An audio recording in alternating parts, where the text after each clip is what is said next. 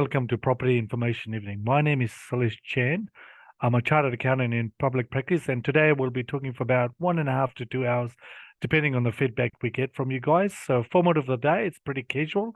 So, feel free to ask questions or type in your questions, and we'll answer them as we go. And we'll also run live examples on our property strategies that we are following currently in this market and what we are doing. And lastly, and hopefully we can make this presentation quite exciting for you. So this is all about property presentation today, and that's what we're trying to do. As I've just mentioned, I'm a chartered accountant in public practice, and I'm also an active property investor. I buy and hold properties for rental purposes. I have cash flow investing properties, which is basically once the mortgage is paid, I have cash flow returns, cash positive, and I also have land banking assets, basically houses with land with houses and big land, so I can put more houses at the back, or basically demolish and redevelop the property. I also invest my funds into trading activities, and we'll show you examples where we buy and do our properties and on-sell it for profit. I'm a partner here at GRA, and I have 16 years of experience in accounting and property investing. Currently in our whole portfolio, we have over 51 properties. Last year, if you heard me present last year, was around the 40 property mark. So we've increased our portfolio size to about 51 properties in our whole portfolio. Majority of these assets are generating cash flow positive. Like I was just saying earlier, we invest in cash flow positive, and they're land banking assets. So we worked out roughly, if we subdivided these properties, we'll end up with about 300 sections to build on. So this is the advantage of land banking. Obviously, I'm not going to rush out and start subdividing properties and on-sell it on the market, because that's not the right strategy. We'll show you what we're doing. And before I progress any further, I just want to make sure that everyone understands I'm a chartered accountant. I'm not a financial advisor, and I'm not giving you any financial advice. I'll just leave you about 10 seconds to read that. And if you've got any issues about this, please feel free to email us. A little bit of background about GRA and who we are. So we are a bunch of chartered accountants, and we are property investors as well. We buy properties to hold for cash flow positive purposes. We subdivide and develop land as well. So we're into everything at the moment. And accounting, we do accounting for businesses. We do accounting for mum and dad investors as well, and people who invest in properties. One of the key roles of being an accountant or for our client base is to make sure the clients protect their assets. Either you protect your business through investment trust or your family home through a trust as well. So our main core goal is to make sure our clients' assets are protected if something was to go wrong. We also do insolvency advice. So basically, in the event you're insolvent, we can help you negotiate a deal with your creditors, and things like that. So, people don't go into business to become insolvent, but things happen in life, and some businesses do go insolvent. So, or even if you're going bankrupt, we can probably look at affairs and see if we can help you. We'll also give you tax advice and tax planning as well. So we can look at your structures and look at ways to minimize your tax if we can, and we come up with different ways to do tax planning. We can also help you with incorporating trust and provide you professional trustee services as well. This is basically if we form a trust and your kids are too young, we strongly suggest you use a professional trustee. In case something happens to you, the professional trustee can step in and help ensure the assets are well protected for your kids. So we provide all the services as well. And one of our core strength is we have a property education. We do property school, we do property development school as well, and basically we do other property courses throughout the year to make sure that our clients are very successful. And obviously we like to give you knowledge about property investing and what you need to do. So if you'd like a meeting with GRA, that's a website you click on and basically request for information. So you fill out the form with your details, and we'll obviously book you in for a meeting with us. Now, if you're listening today and if you're a non-GRA client, we can basically meet with you for free. And if you are a GRA client, if you like a meeting as well, that's 500 plus GST an hour. Your initial meeting is free. Further, if you do fill out the form today, we'll be doing a draw tomorrow to offer you 2 free tickets to a property seminar, which I'll discuss details of it later. I've also got two of my good friends joining me today, Maggie and Then.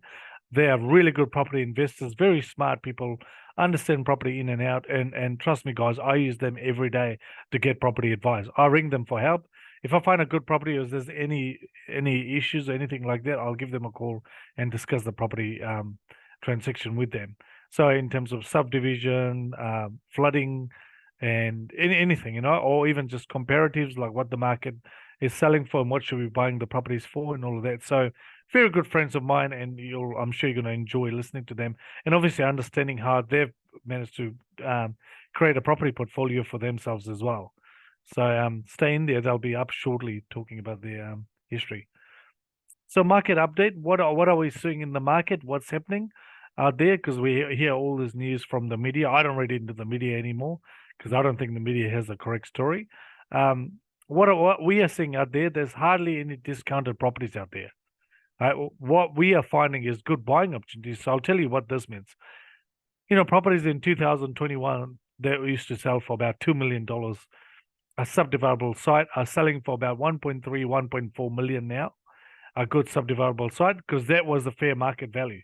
In 2021, there's a lot of money printed and interest rates were right down, so property prices were inflated. The true value of those properties were always around 1.3, $1.4 million mark, and that's what we're seeing in the market now. So if you were looking at buying some of these development side or any houses, you probably are going to pick them up at the fair market price, not a discounted price, a fair market price. We've passed the bottom of the market. 2023, I strongly believe, was the bottom of the market. We're out of there. We're back to climbing up. And one of the things, the reason that we've come out of bottom of the market is listing is down. The reason listing is down is because people realize if they sell what they have, they won't be able to get back into the property market. So people are holding on to their assets and basically sitting there nothing while the property market or the finance market or the banking market comes right. There's strong demand for tenants, that's including normal tenants and social housing tenants. So we've seen a massive demand at the moment, and rent has actually gone through the roof. I think last year I was discussing rents were up 15 to 25%. This year I'm thinking the rents are already up 25%. Every time a tenant leaves the property, a new tenant comes in, the rent just goes through the roof. Now, one of the biggest things I've seen is there's a massive demand for social housing, and part of the reason is national government has come in with ACT and Winston Peters, and they've decided to cut back on motels, which is a fair and the right call. The motels are quite expensive, and roughly it can cost the government between $4,000 to $6,000 a week to look after a tenant. Whereas if they go into social housing, the cost drops between $800 to $1,500 a week. And also with a motel, you get half a room with five family members living in half a room. Whereas in a proper social housing, you get a good house for the whole family, which means the kids get a good house to live in and all of that. So there's a massive demand for social housing throughout the country, not just in Auckland, it's throughout the country. And one of the things that we have noticed is there's huge shortage of Auckland rentals at the moment. And I'm hearing story that every time a property becomes available for rent, there's at least 30 or 40 people lined up to sign up.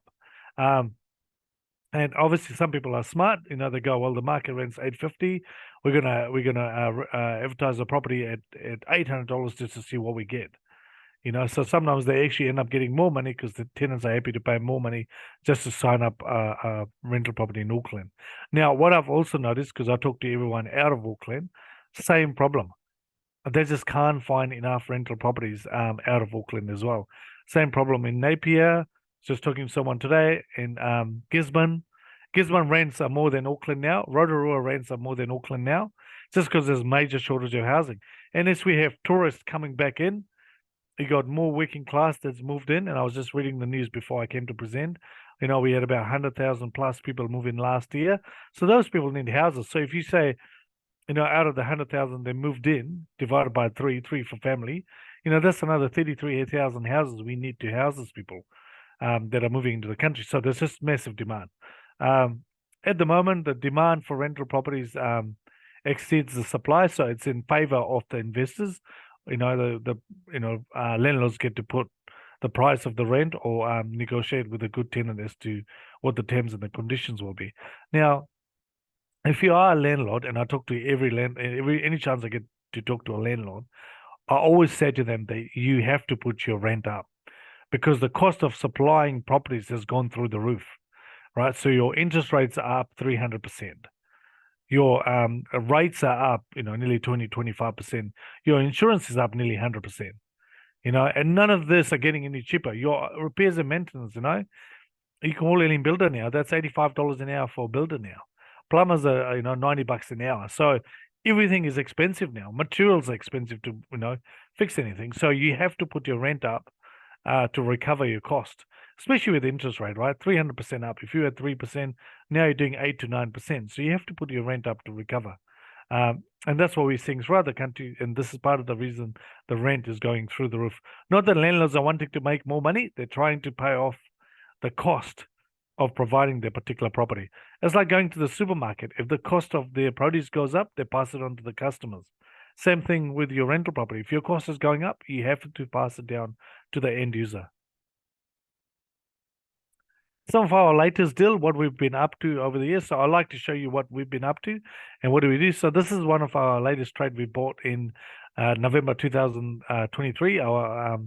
Our plan here is to renovate to sell. So it's a cross lease property. We bought it for $526,000, and that was thin. He was at the auction at the right place at the right time. Our renovation cost is about $120,000. Market value is between $825 to $875, and we're looking at a pre-tax profit of $105,000 to $140,000. Now, this is the reason, some people go, well, the profit margins are not there or the numbers are low. But we like doing low numbers as well, or small profits. We like to chase, profits between 100 to 150,000 on deals, because the more deals you do, the more you get to understand the market. So I think there's a massive demand for good homes. So we bought this property. We've basically got rid of all the windows, the old windows. We've redone all the windows. We've redone the inside and everything, and it's just about to go on the market. It's probably 3 weeks away from finishing. It's a beautiful home, and comes with about 3 parking in Auckland. Parking in Auckland is very expensive. So, it's about $50,000 per car park. So you get 3 car parks. That's $150,000. Most houses now in Auckland don't have car parks. So this was the inside of the house. You can see in the photo when we bought it. So we're currently renovating it. We pulled all this out, and you can see here we pulled all the windows out, redone all the windows. A couple of boys at the back working and doing what we're doing. We like to do this kind of stuff. We love trading. So you can see the photos now, what the property is looking like. It's a gorgeous looking property. You can see we're adding all the drainage catchments. We're organising car parks. We've redone the landscaping, and it's right at the back. So it's a shared driveway right at the back.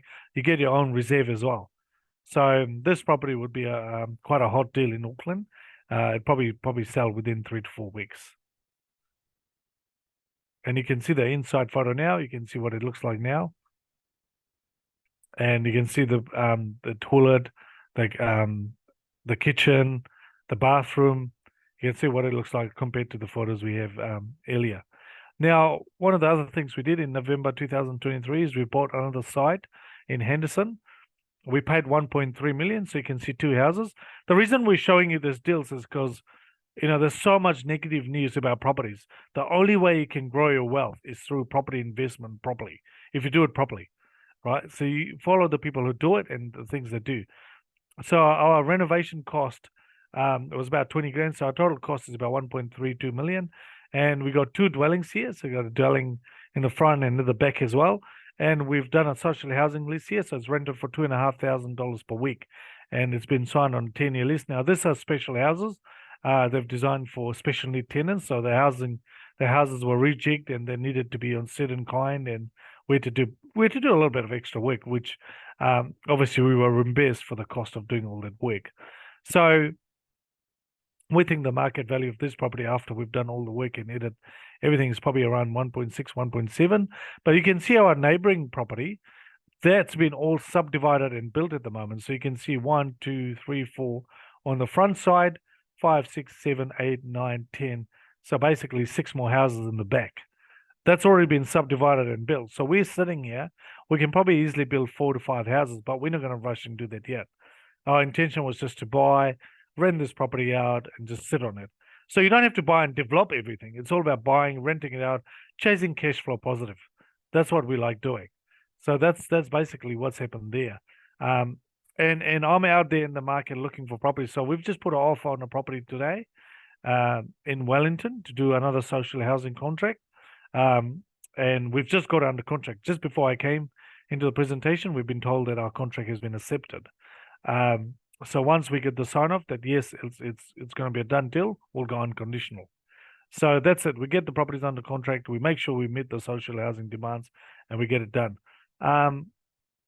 Again, I'm just showing you what we're getting up to in the market. I'm not listening to the media. I'm doing what's out there. There's massive shortage of housing. Anyone that owns a rental property will tell you that that's throughout the country. There's massive shortage. A development that we're doing at the moment in Auckland, we're building 3 high-end houses in Mount Roskill. Our aim is to actually develop this and sell this, so they are high-end. We've just come out of the foundation, so we're going to start building, and our aim is to finish this in the next 6 months. Our land and subdivision cost was 1.8 million. Our build cost is 2 million. Total cost is 3.8 million. Market value is 4.8 to 5 million. So our pre-tax profit is between 1 to 1.2. Now, what we're saying here basically is, we believe the properties might be worth more than what we're saying to you as our market value, because these are high-end houses. You got parking in place, double garage and all of that. So we probably end up making more money. But the game plan is to always do your numbers on the lowest price. So based on the lowest price, we probably take home 1.1 to 1.2 million dollars. And so that's what we're working on at the moment as well. So I want to show you this because development is expensive. It's hard to do it alone. So I do it with a bunch of mates. But you don't have to do development to make money. You can actually make money and by renovating and adding equity to your new pitches. You can do things like that. And if you're an existing property owner, you should look at your properties and go, well, what does it need to revalue? And you can probably do some of the work to revalue so you can refinance. So why property? Why are we talking about properties? Why are we here? Why are you listening to me and all of that? So I believe we're here because we want our financial freedom. That's what we're going for here. We want to retire happily and not basically depend on our jobs.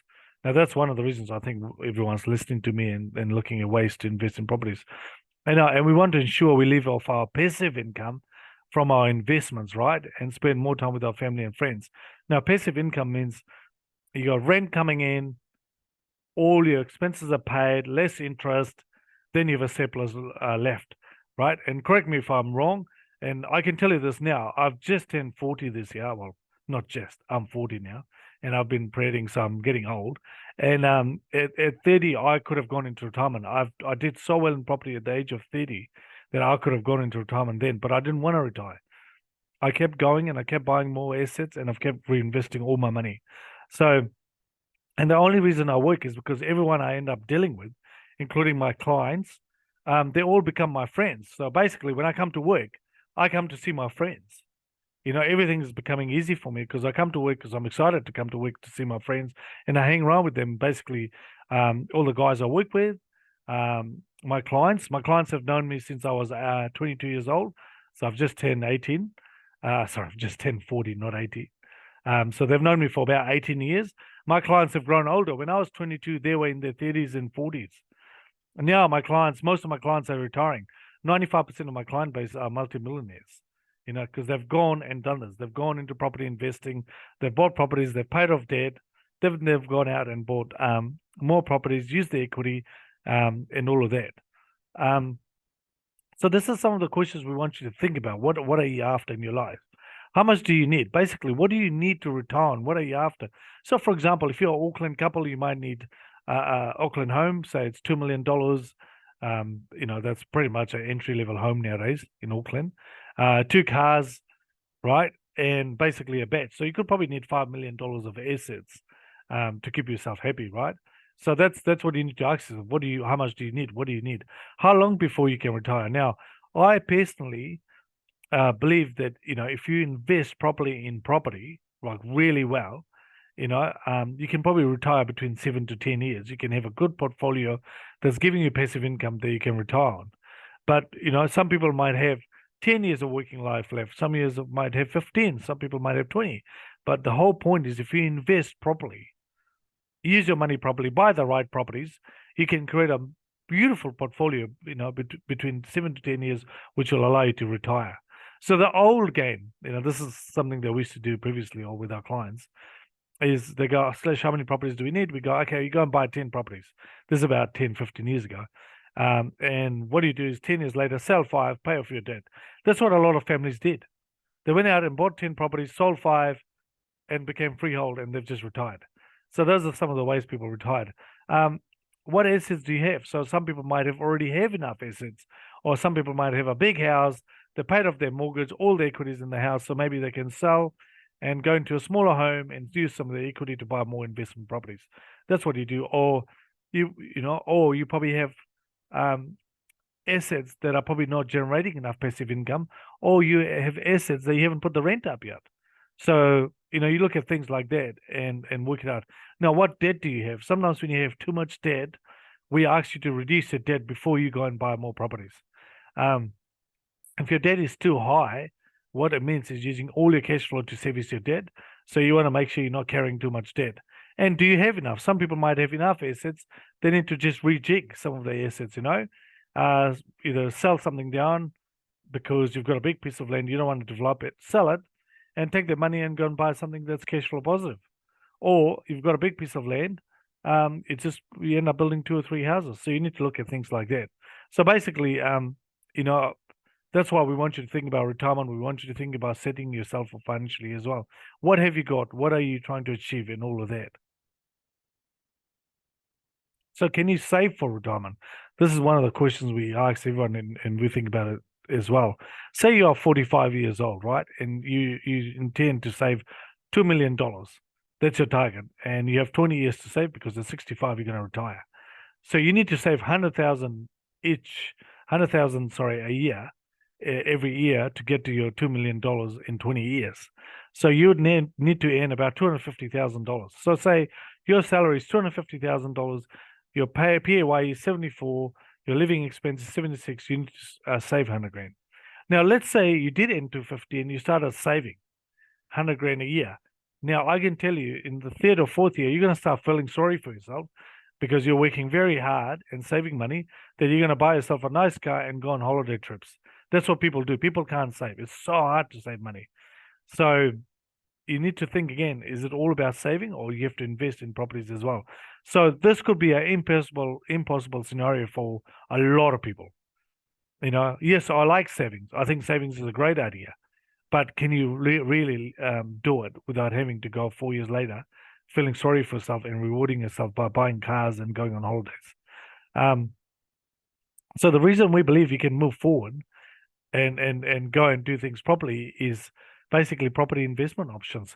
So if you do it properly and correctly, you can make money. So buying for less than market value. This is one of the ways I actually do make money, is buying properties for less than market value, doing renovation on them, and then revaluing the properties. And also keeping properties for long term to get capital gain.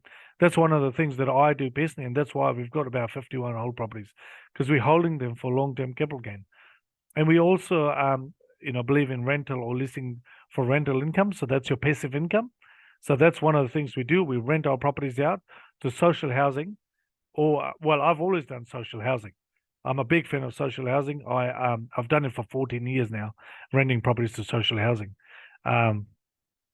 And so you can do things like that. And with renting properties to social housing, you get 100% deductibility. So the reason I was doing social housing before the government brought in the non-deductibility and interest, if you're not renting social housing under Labor, we were already renting our property social housing, so we got deductibility on that. And you can do improvements, repairs, and renovations of building to add value, and then you can refinance and basically add equity to your portfolio or to your wealth. So one of the ways that you see families are growing is what they do is they do a lot of improvements on properties, revalue. So let's say the value is $2 million at the time they bought it, they've renovated, spent 200 grand renovating, the value's now come back at 2.7 million. So they've made $500,000 equity. And then you can refinance and use some of those equity to do your next deal. So are you a passive or active investor? So basically this is where I am more of a passive investor, because I like to work, I like to create cash flow, I like to rent my properties, right? So I believe I'm more of a passive guy. So if you accumulate the right amount of properties at the right price, this is obviously buying them for below market value and adding equity. Then once you have enough, you don't have to work anymore. That's the beauty of passive investing. So once you have enough properties, they're generating cash flow income, then you don't have to go to work anymore. And also you got to remember, once you go into property investing, something goes wrong, you just sell the properties. You can sell it and walk away. So that's the beauty of property investing. And if you do it correctly, like I've repeated now probably 3 times, if you invest properly in property investing, you can basically retire in 7 to 10 years' time if you invest correctly. And long term, if you buy good properties, that's what we refer to quality investing, leads to wealth growth. And not even that, you end up creating intergenerational wealth. So basically, you get to pass your wealth down to your kids or to your grandkids as well. So that's the beauty of property investing, long term. And that's why I like passive investing. I love long-term investing, and some of the properties I've held for years and years. Now, this is an example of a passive investing property. It's a property we bought about 4 or 5 years ago. It's Adele Place in Weymouth. We paid $707,000. Our renovation cost was about $40,000 plus settlement cost about $2,000. So our total cost was $749 back then. We instantly got a market value of 1.1. We made $351,000 in first 3 or 4 months. So what I then did was refinance, use the equity, and bought more properties. That's what I did. So, like for someone to earn $351,000, they have to earn $700,000, right? Pay their GST and income tax to end up with $351,000 in your hand. So instant equity is a good way to grow your asset base. A lot of people don't understand the importance of instant equity. Instant equity is really, really important. So this property here is actually rented for more than $101,110. Anyway, we say we're getting $57,000 a year rent now. And once we pay insurance rates and repairs, went up with about $7,500 as our operating expense, which gives us a net yield of $50,000. At 100% finance, because we locked the interest rate at 2.5% back then, this property here is actually giving us cash flow positive of more or less $31,000 a year. And all we've done is use all this money to reduce our debt level. That's all we've done. Use all the profit into reducing our debt level. And that's what I focused on over the last 4 to 5 years, just reducing the debt level down. But I've also used the equity to buy more properties, which I'm using to reduce the debt level down on those properties. Now, active investment is basically where you renovate worn out properties and you sell it for profit. So this is what we call do up and sell, right? You fix houses with issues like unconsented works, you redo it. For example, if there's unconsented kitchen or anything, take it out, redo it, and consent everything. Some of the other examples are you can buy reclaimed leaky houses and sell them once you've finished your reclaim. Now, you've got to be careful with doing reclaimed leaky houses. If you don't understand, don't do it. And we also do rundown houses, renovate and rebuild rundown houses, or either we basically demolish, build new houses. So that's what Then and I are more focused on. Profits from our active investing actually goes back into either investing more working capital towards more trading activity, or we use that funds to reduce our debt level down. Now, I've got Then just joined in. Then's going to take over from now. So, guys, like I've said to you, Then is a great property investor and a coach. He's a really smart guy, so feel free to abuse him with lots of questions. And I'll let you take over, Then. So thank you, Salesh. So I'm Then Sundar. I'm a property investor and an active investor. And at the moment, here at GRA, advise client as a property advisor, looking after clients and their needs when it comes to investing in property. The things that I do is what I love right now because of, Property Insight every day. That grows my knowledge. And, just to give you a bit of a background of how I started and what I've done, which I'll share. Back in 2015, I had no knowledge. I had to start somewhere, and I'll share my journey with you as I go through my presentation later on today. So with trading or buying a property to renovate to sell for a profit, that's how I initially got into property. And I want to show you a few examples of properties that we've done in the past. And this is one in Bridgley Rise in South Auckland. There you can see the before and after photo of the property, the transformation. So you can see it's a dated house, it's a new kitchen, and a new flooring, paint inside out, new electrical lightings, and then the transformation to hit the first door market. And that's what we do, is try to identify our audience of who we want to sell it for, buy it with the intention of selling and making a profit, and we do our research. So the purchase price here, as you can see, was $824,500. The renovation was just under $100,000 there. The real estate agent fee, that's what we refer to the marketing fee and throughout this presentation, that's about $31,500. The settlement cost, the transactional cost, and interest all up was about $13,743 for 4 months. So all up, it cost us in the space of 4 months $975,616. Sold it for in the open market at auction at 1.170. So that's a profit before GST and tax of 194,000. And once you take GST out, that's 167,000. And that's the great thing about buying the right property and doing the work to bring up its value. And this creates capital to pay down your existing debt, or debt, and then or use that as capital to reinvest into other properties. Here's another example, and these are classic good examples of homes that are out there. Basically, these are two houses. So what you see in front of you is the home and income. And so what we've done in this instance is, done our research in how we could split these property into its own separate titles so that we could sell it individually. And so that's what we've done. We went out and bought this property, split the title into its separate entity, and then sold each house separately. The front was a 3-bedroom house, and the back was a three-bedroom house, so 4 and a 3-bedroom. So the purchase price was 1.370. The renovation costs in the subdivision, mainly subdivision, there's only a little bit of work that need to do from a renovation perspective, was about 50,000. We sold one property privately and the other one through a real estate agent. So that's why it was a 1% marketing finance fee on the total sale of both of the properties. The total cost, including legal fees and interest, about 1.495, and we sold it for 1.810. So that's a profit of just over 314,000 in the space of 6 months. And once you take GST out, 267. So these deals are there, and they're great to buy. They work as your, a property that you want to hold for long term because you got dual income, but it also works as a trade if you find the numbers to work at the right price.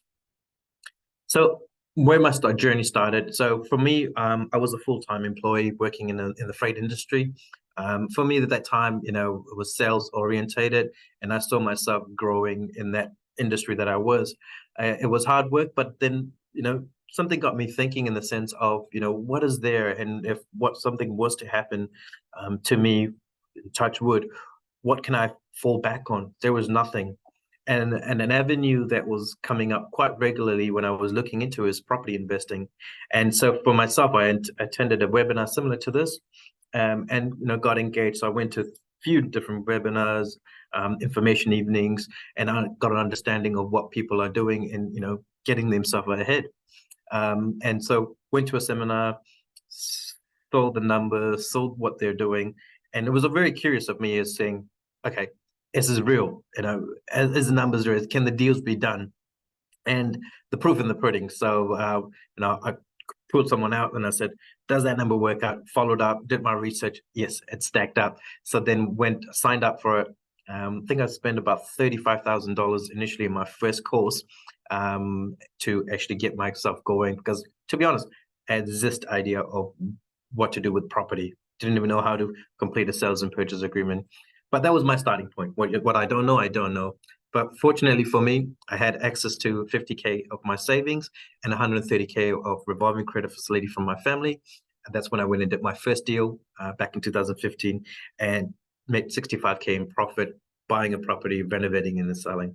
And the great thing back then was, having to see that 65K fall into your account, it was a real eye-opener because then it's real. You see the money, and it's in your account. So for me, I was like, okay, that works. The philosophy works. The idea works. I just need to be better at it. I need to do more of this. So I did set myself a target of 1 a quarter. Went out did that next year while working full time, and it wasn't easy because every weekend was spent going to open home, talking to real estate agents, learning the business of property. And then 2017 resigned and got into property more heavily. If you were to look at the overall scheme of things, what I've done is just improve myself on what I did the year before, and got better and grew my knowledge through property. So doing the first deal in 2015 and then 16, and then at that time when I went and bought my first investment, was basically a home and an income, so home and a property as an investment, which I'll show you later, and then continue to do more trading, and then following that, I went out to got into here with GRA, got into client mentoring and looking after and property advising. And then last year, got into development, where I got that project managing development and growing my skill set, and that's it. So I mean, it's always learning and growing and fun when you're enjoying while making money. So that's my journey from starting with having to know nothing about property, and then growing my portfolio by trading and buying the right property to buy and hold. So the 2016 the property that I mentioned that I bought first is that number one that you see, which is the home and income. So the skill set that I had acquired back then was how to renovate a property and add value to it. So the front house was fully it was kind of run down, dated, and the back house was semi-okay. So I bought that property, renovated it, moved in, and rented the property at the back. Over time, I made friends with the neighbors and bought the second property next to it, so that what I want to do is eventually later down the track is buy the property at the back, so that I have a great big section that I could develop in the future, or build onto it, or even land bank and sell it later, depending on where we're at. But the goal is to buy great properties that has good value for future. On the right that you see is the brown is the property that is a home now. We originally, when I went in through the property, I was going to buy it to renovate to sell as a trade, but went through and I saw the value uplift that I could bring in, and it's a nice home, and we fell in love with it, so we decided to not to trade it, buy it with the intention to move it into as a family home. In the bottom there, you see is another property in Falwona, South Auckland. The intention there is a spot rented out at the moment, but it's a development site where I can build 3 standalone dwelling, 3 4-bedroom houses there. So these are this is what I'm doing with the money that I make. Initially, when I started by trading and putting them into good properties that I could bring, hold for long-term future, that will, give me rental income. So just looking at my home the development potential on the first property that I bought. So this property, I had a feasibility study where it can build, 4 dwelling at the back and 2 in the front, and with a car park in the middle, so 6 dwelling. So later down the track, I'll be able to do this on this land, and if I could have the one next to it, then I'd be able to capitalize more and build more dwelling as a future plan for what I want to do. But this will be my passive income later down the track once I look to develop it. Even with the family home, the whole mindset of bringing up, building up equity, trying to get the most out of the property by adding value, and that's what I've done. It was bought for 965. The renovation was about 185. Current CV is 165. Market value at the moment will be about 1.4. So 250k equity gain. When the market goes up, or on the peak of the market, I'm sure it would have been at about the 1.6, 1.65 mark. But this is money that's sitting in the bank that I'd be able to recycle and then go again and buying another asset. So that is what property has, given me the opportunity to do, is to grow my portfolio and also set for me for the future. But I'm fortunate enough that I was able to, come across the right people, see what they've done, learn from them, and actually grow, and now be able to share that with others. I'd like to introduce you to Maggie, and she will be able to share her journey. I'm sure she's around. Yes, right here. Hi, everybody. And I had a similar start to Than in property. joined the same program that Than did as a student at a cost of around 35,000, as Than said, and started off learning to trade property. Unlike a lot of the trade examples that you've just seen, my JV partner and I took a route, more of a hold route, where we kept more of the properties as rentals. Sorry, I forgot my little quick intro. So those are some of the things I do here at GRA, but let's move on. So I started by joining a mentoring program, and even though we're already underway with that, I then came to property school at GRA, which was my main introduction to GRA, and just found it so valuable. It added all the theoretical knowledge that I hadn't picked up from the mentoring program, and still find that even now, 10 years or so later, it's information that I fall back on and use regularly with investing. So joining that program, getting some guidance and doing GRA's property school, we learned to invest correctly right from the beginning, and we're able to avoid the costly mistakes that unfortunately we do see not irregularly. So I teamed up with a joint venture partner who had equity in an existing property, and together we're able to raise a $300,000 revolving credit facility to get started. In a period of 8 months, we purchased 4 hold properties. There, as a package together, there was a house and a granny flat on one title, so all correctly consented as 2 dwellings, which is the property that we really wanted, but it came with a little 2-bedroom unit, number 1 here, which is a very small unit, just in a row of block of flats, so there's nothing particularly special. We'll pick that up because we had to. A few months later, in May, purchased a house and consented sleep out. So we've got the main house here, and then correctly consented 2 bedrooms and a bathroom in this little building here with a double garage. $620 was the purchase price for that one. Excuse me, and $650 rent for that property at the time.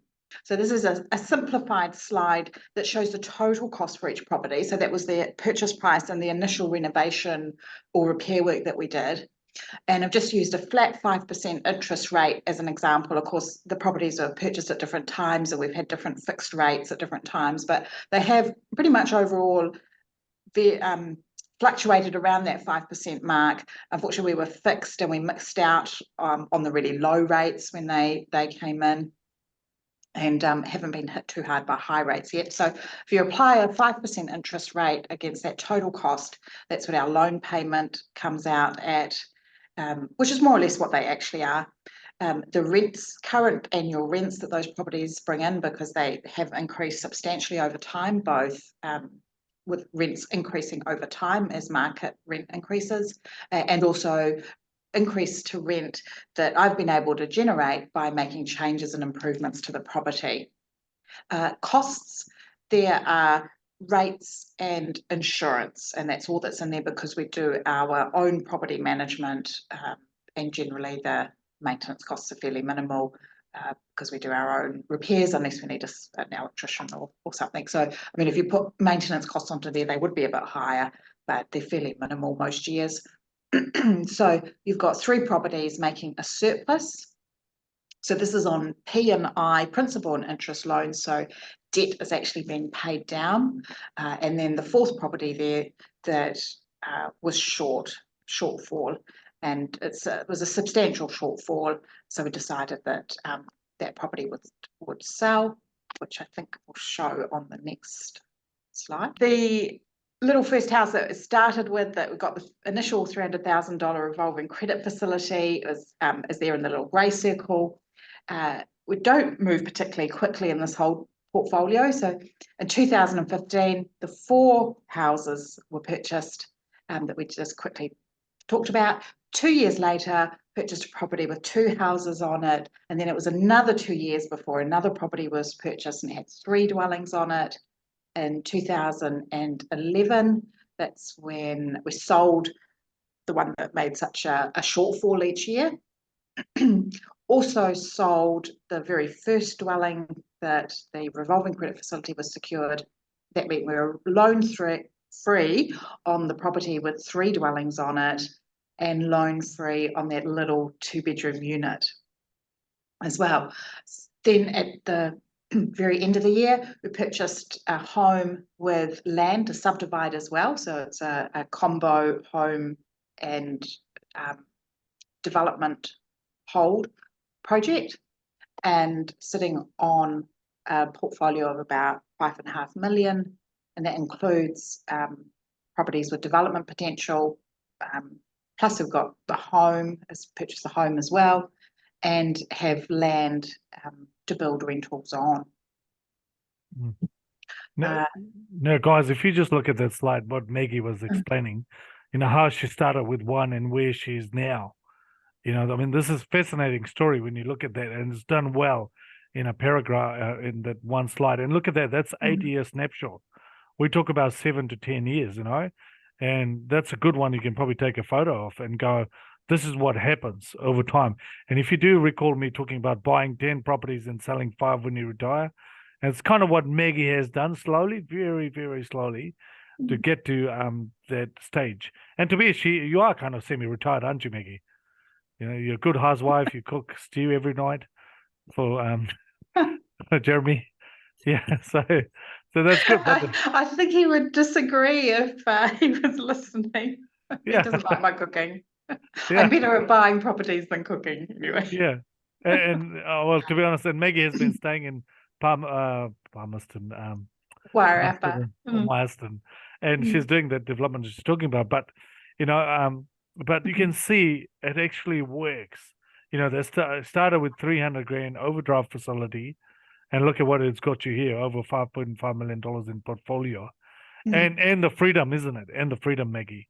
Yes. Do things, And if we'd been more active in trading property, that could be bigger now. But yes, absolutely, and that's fantastic. Then if I go think control the slide that I missed just before talked about the initial whole portfolio and how it supported itself. Our rental properties do support for themselves. They pay all the outgoings, but they also pay for upgrades and renovations at regular, however often that's required. So we haven't had to put any of our own money in. Yeah, absolutely. Now, before I get into my presentation, I'm just going to answer some questions. We've got a couple of questions that's come through.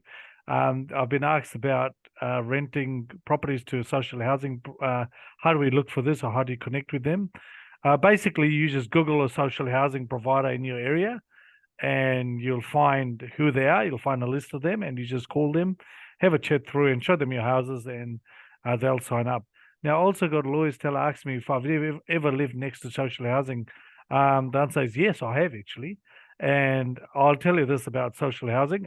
If you come to Auckland, they're in Newmarket, they're in Parnell. They're basically in the city.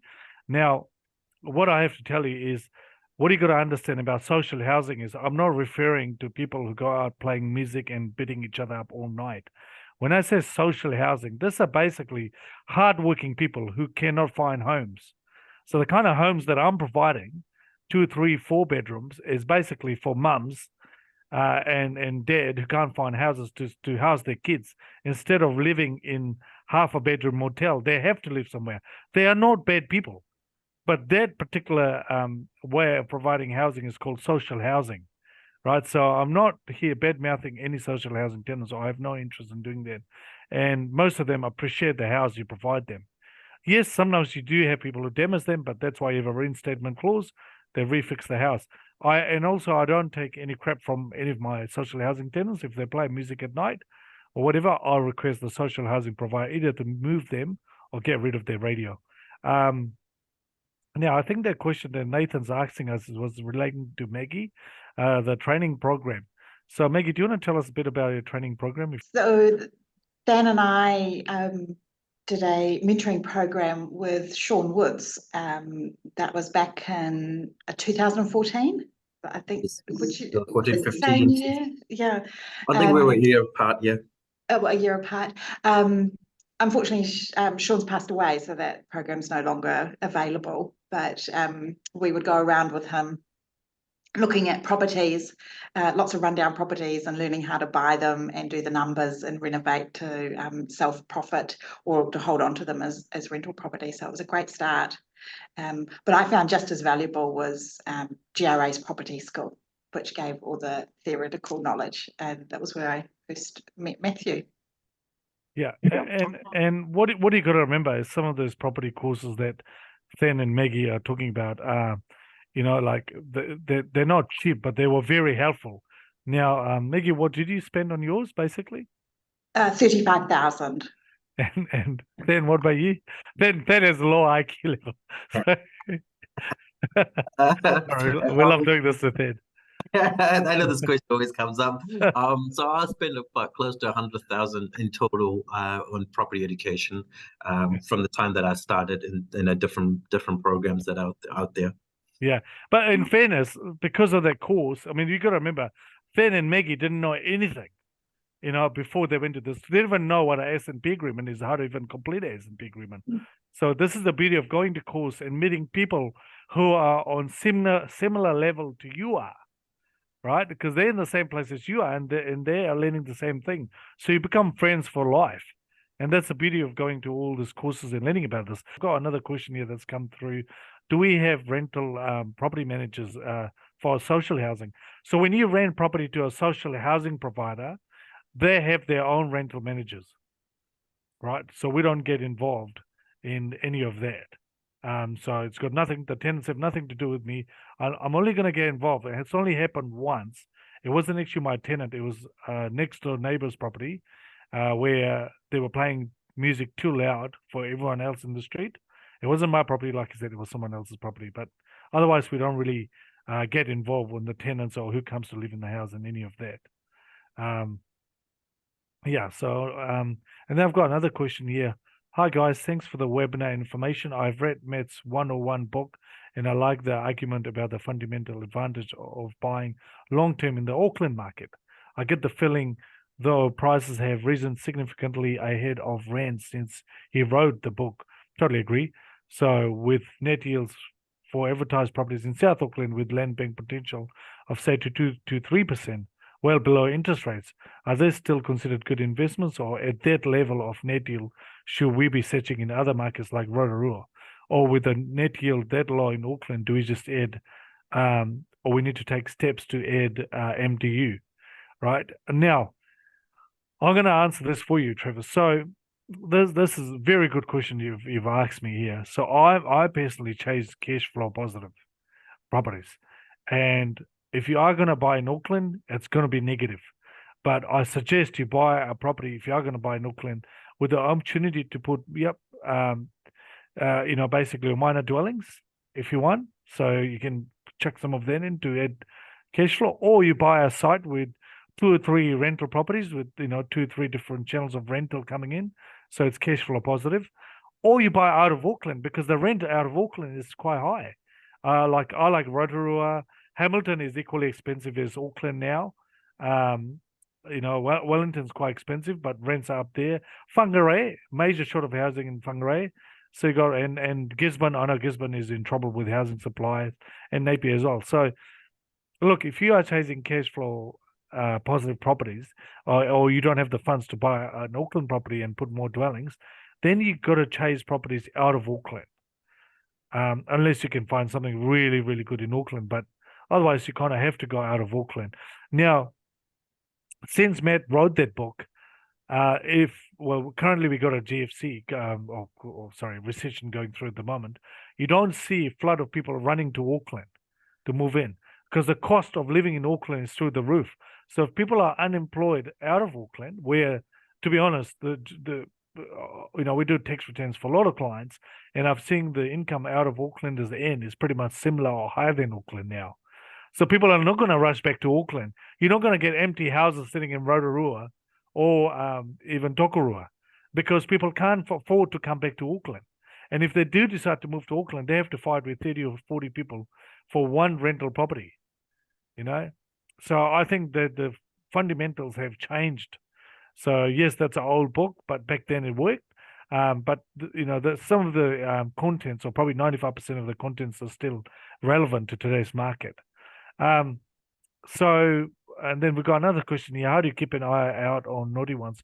Which I presume is you're referring to social housing. Basically, with social housing, with naughty social housing, you kind of have to meet and talk to them and see what they're getting up to.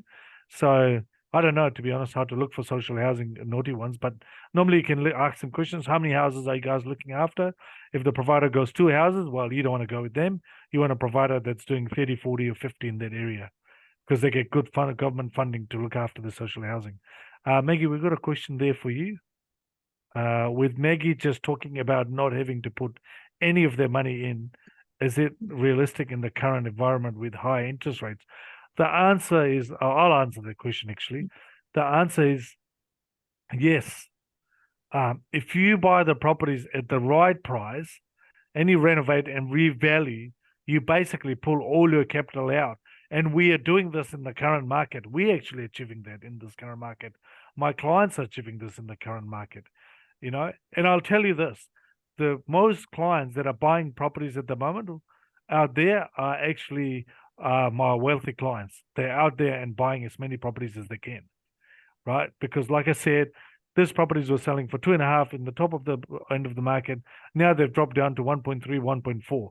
So now is kind of the best time to buy if you can afford to buy. And if you can't afford to buy in Auckland, you go out of Auckland. Yeah. And then there's other questions just come through. What do you guys think of just adding a cabin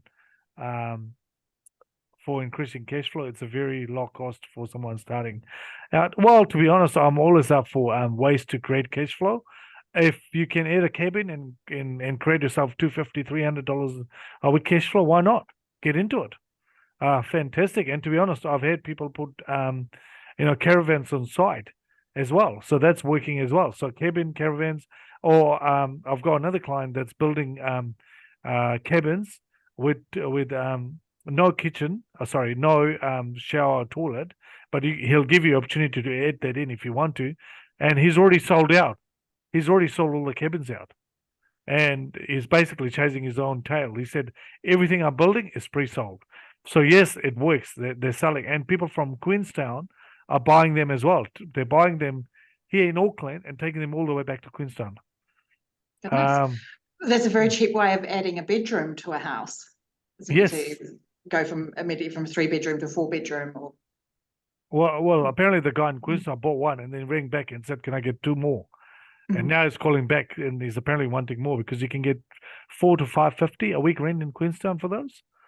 So that would be a self-contained one, though, presumably, with a yeah. So the clients will give and... them option to put it in, but he won't do any of the consent work.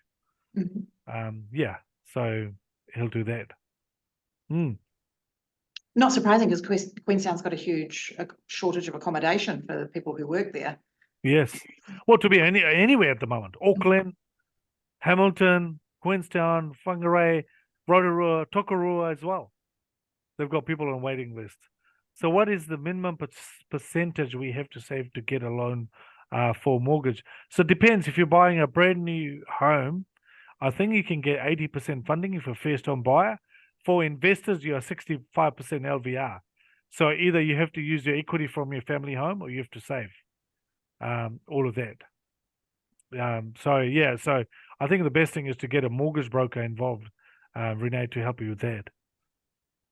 So then we've got another question here. Please, can you guide us how to find a good property manager? Maggie, how do you find a good property manager? Well, if you know anybody who's investing in property, you could ask around for recommendations. But if you're completely brand new and don't have any network that's involved in investing, that's obviously going to be a little bit harder. So I would interview them as if you were considering hiring them for a job, because that's essentially what they're doing, looking after your investment for you, and you're trusting them with something that's quite valuable. If I was looking for a property manager, we go to a large reputable firm, so that had been around for a long time, probably had training for the managers and in-house staff training. That would give me as much confidence I can that they would do a good job. Of course, that's not always the case, and you might have some really, really good independent operators. You could perhaps find out how big their book is, how many properties they look after, how long they've been doing it, whether they're qualified, and ask for recommendations from their clients. And if there's a property investors association in your area, I would join them. The membership fees are usually very reasonable, and you can connect with investors in your area and ask for their recommendations as well. Yeah. And we have a question here. What is the recommended percentage to save for a loan, and how do we go about if we buy our first investment property without using our own money, i.e. KiwiSaver? Well, you can't use KiwiSaver to buy investment property. That's absolutely no, you're going to go nowhere with that. So either if you are looking at buying your first investment property, you either save or use the equity from your family home. That's what you need to do. Now, let's say you can't do any of that. The other way that you do it, and something I did when I got into properties first, so I'm about to tell you my story, is I formed a syndicate. I got a bunch of people together and I said, hey, I want to get into properties. I don't have the money, but I think I have the skills to pull this together. And so basically making sure you tell the truth and you can do that. So that's another strategy. And some of the things that I'm telling people now is if you do want to invest in property, your current income can't service it, maybe consider getting a second job to increase your income to make sure you meet the serviceability requirements. And that's how most people got into property investing. So if you talk to property investors from 20 years ago, they all had a second job because they wanted to get into properties. They wanted to save money and all of that. So to improve their cash flow. Now, I'm not telling you to go and work, on a second job. I'm just saying to improve your cash flow, maybe you can get a second job or do more hours at work so you can bill or you can earn more. So I've got another question that's come through. What are your thoughts on adding an Airbnb to property as opposed to renting it? Now, with Airbnb, you've got to be careful. If you do end up getting over $60,000 a year in rent, you have to put a GST claim in. Very important. And claim GST on your property because you're doing Airbnb as opposed to renting. So I personally don't like the hard work that goes with Airbnb. But again, I've had you can basically hire Airbnb provider who'll book it for you, and you can hire cleaners who'll go and clean it for you. Look, if you can make Airbnb work, it's great cash flow. It's great, but it depends what areas and all of that. I know there's massive demand for Airbnb in small towns throughout the country. Well, Auckland has access to more hotels, whereas other parts of the country are struggling with the hotel demands or any of that. So there is Airbnb available. What are your thoughts on buying a land and building a property for an investment? Now, I'm going to come to that question while I'm going to present because I am going to show you examples of what I do. So I'm going to just continue with my presentation now, guys. So how did I get ahead and how did I start? So that's a photo of me probably 5 years now. So you can see I've got less hair and more beard just to make me feel You've younger. got handsomer, Celeste. Oh, I don't know. I don't know. I don't know about that. So I started, I don't know why There's laughing. Started here. No comment. So I started working at GRA in 2007 as a graduate accountant. So back then, clients would pop up, and you got to remember this were my clients that are in their, were there in their 30s and 40s, would show up with a shoebox, throw it at me and say, hey, work out my GST returns. I don't want to do this. And you sort it out yourself. So basically we used to go through all the invoices, do data entry and GST returns the hard way. Nowadays you have the Xero software or MIB to use. I was pretty broke back then. I still remember having 47 grand worth of debt. So this was my debt. Basically, I had 30,000 student loan. I borrowed $15,000 to buy a black Ford Falcon, and I spent $1,000 putting mag wheels in. So black mag wheels, so because it's black on black, and I live out west, so it was a pretty cool thing to do. Basically getting a black car, blacking it out, and ended up all my mates calling me the night rider. That's how I ended up with 47K debt. And then now I have 50K a month of property growth. So whatever I do, I make 50 grand a month with properties every month. And I keep adding this to my portfolio. I've done this over the last 14 years. And I'm still doing that today. I'm adding over $50,000 of value to my portfolio every month. Now, this includes either buying, doing up properties, or selling, or buying properties, doing them up, revaluing them, and renting them out, or buying development stock and looking at ways to develop and add value. So, what happens when you grow at $50,000 a month? I'll show you what happens next. So, this was me in 2007. I was explaining to you how I ended up with a 47K debt. This is me in 2010 with my first property. Today, in our portfolio, between me and a couple of my mates together, we have $42 million in our property portfolio, right? And this is generating a rental income of about $35,000 a week. So we get $35,000 a week. We're less than 50% geared on our assets. We have cash flow positive. Right, basically we're paying the banks off with all our cash flow positive. I think we're about $400 to $500 a year cash flow positive after paying the banks and paying all the expenses. And we have land bank assets as well. So the way we got here is to make sure slowly over the years we were growing our portfolio, adding value, and my aim was to just grow at $50,000 a month. That's what I was focusing on doing, is growing at $50,000 a month. So that's what's resulted in a portfolio with $42 million of property in it today. And then I'll show you what I'm doing over the next 5 to 10 years. I think we've figured out something really good, and I'm going to show you what that is. So I'm still buying houses. So as I was mentioning earlier, we've signed one up today in Wellington, and I'm just waiting for 2 more contracts that I put out in Rotorua as well. And those 2 are cash flow positive properties. So I'm just waiting for a call back on that. So here's another cash flow investing property we have in Rotorua. It's in Brooklyn. You can see there's a front house and there's a back house. So you've got 2 lots of income. You can see it. Now, the advantage of this property is there's a further dwelling under this house. So there's actually 3 dwellings. And this is 1,000 square meter land. So I can actually bulldoze these houses, and I can build 6, 7 houses on it later. Anyway, we bought this about 3.5, 4 years ago. We paid $515,000. Back then, we renovated for $35,000.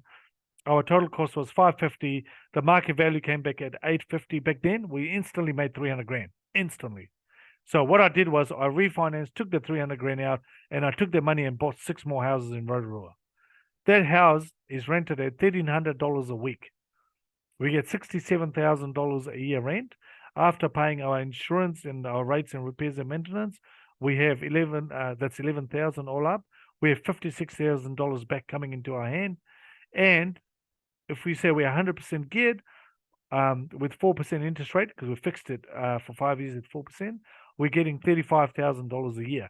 Now, again, with all this surplus, I'm using it to pay off the debt down. I'm absolutely rushing there to pay off debt. Now, the kind of properties that I'm going to go and buy now, and we just had a question asked to me, do you buy in Auckland or out of Auckland? What do you do?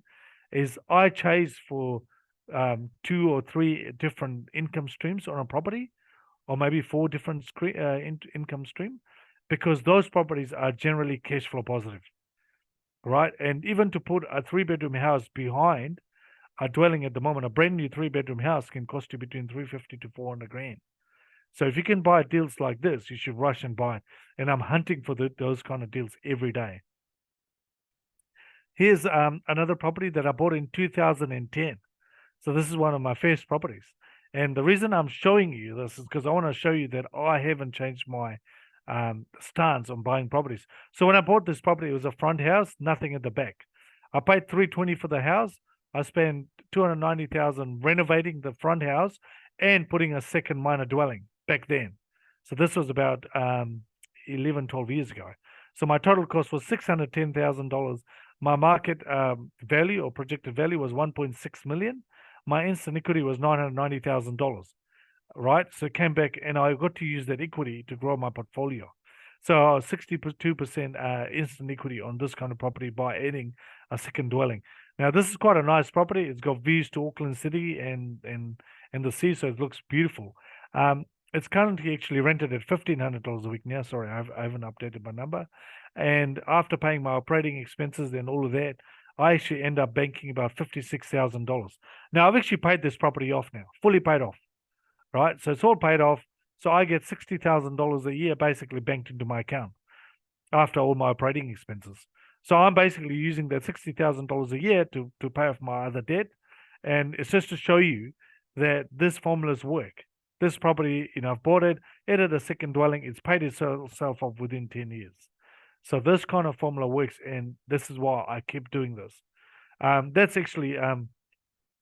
This is actually quite a good investment strategy for any family that's kind of wanting to get into properties or invest in property. That's a good strategy to follow.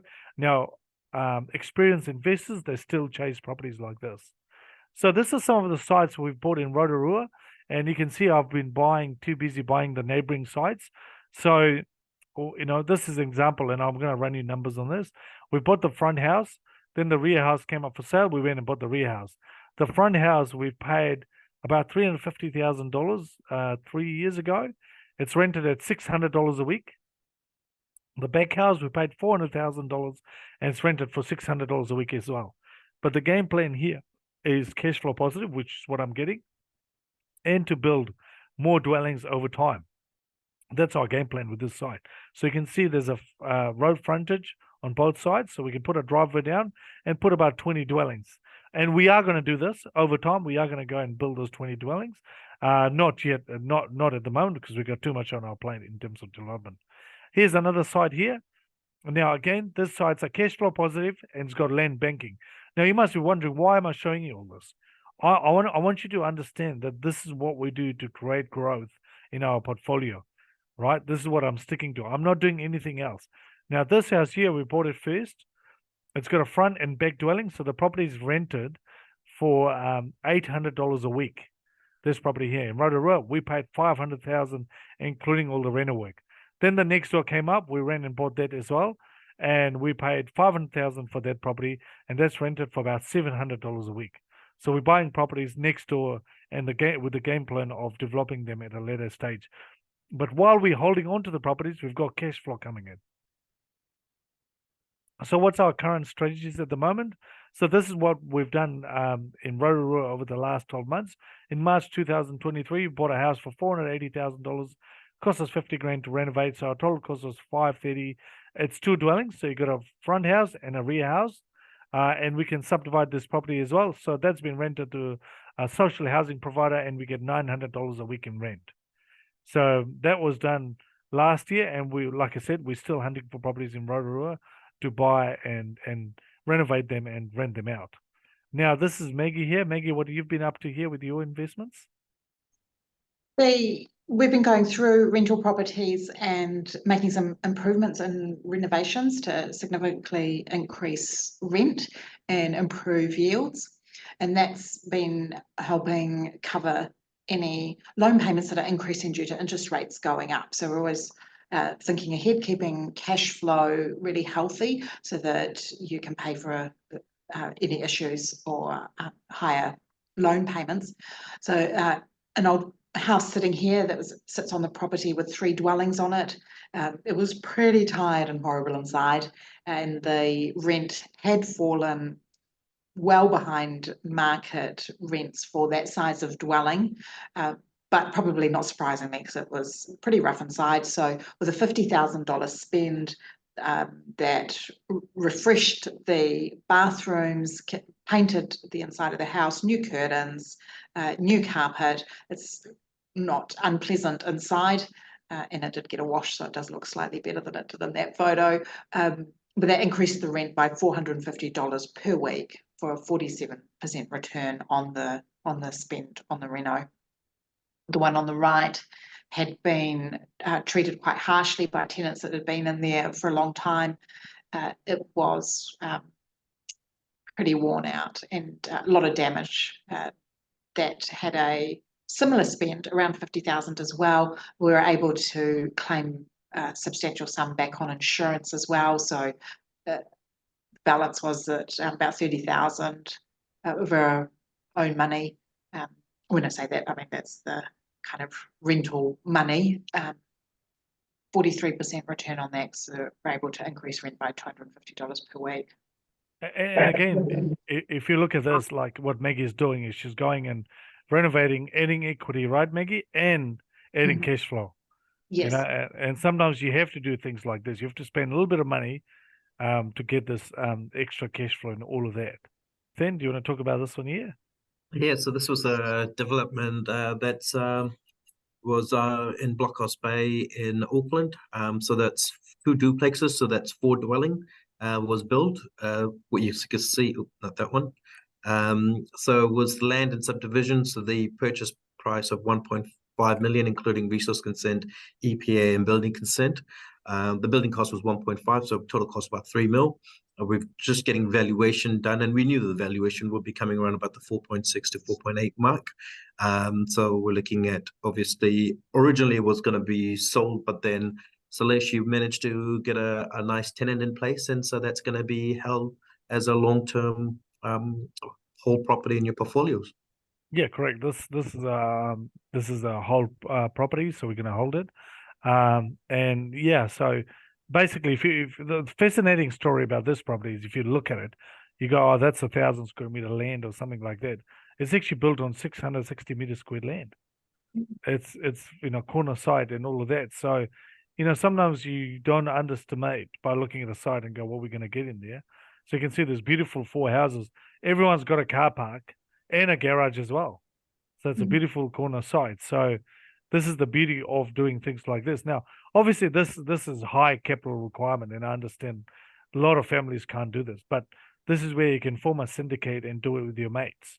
You don't have to do this on your own and things like that. So, but this Yeah. is what some of our Corona strategies are. Well, you've got a group of 4 investors in here, and they have a dwelling each at the end of it. Yeah, there's 3 investors, so one takes 2, and we take 1 each. That was the game plan from day one. And then we got this other one that we're just doing. Then, do you want to just jump to the next one? Yeah. This is the one we bought actually during the break in December. So we bought it land for 1.35, including RC and BC. We're building 8 units here, and our total cost we're looking at is 3.4 million. The market value, we've got it revalued, has come back at 5.7 million. So there's a pre-tax profit of 2.3 million, So this is some of the things we're doing now. Obviously, our intention is again to hold these properties for long term and rent them out. That's, between the 3 mates, we're going to share. And, so one of them will probably take 4, the other 2 will probably take 2 each, so that's our game plan here. So this is what we're trying to achieve. So like I said, you can't do everything on your own. And with the way the rules are changing and finance and the market's changing, sometimes it's better to syndicate and do a couple of mates. Less pressure as well. And you just have to make things work and work together as a team. So how do you start? So you're listening to obviously Maggie, Then, and I, and you go, shit, this is complicated. And to be honest, it is complicated. It's not easy, right? So how do you start? How do you get ahead in life and things like that? So now we're going to tell you what do you need to do. This is basically a roadmap. We go work out where you are now. So basically, don't go and work it out alone. Go and work it out with your partner, where you are, and work out where do you want to be.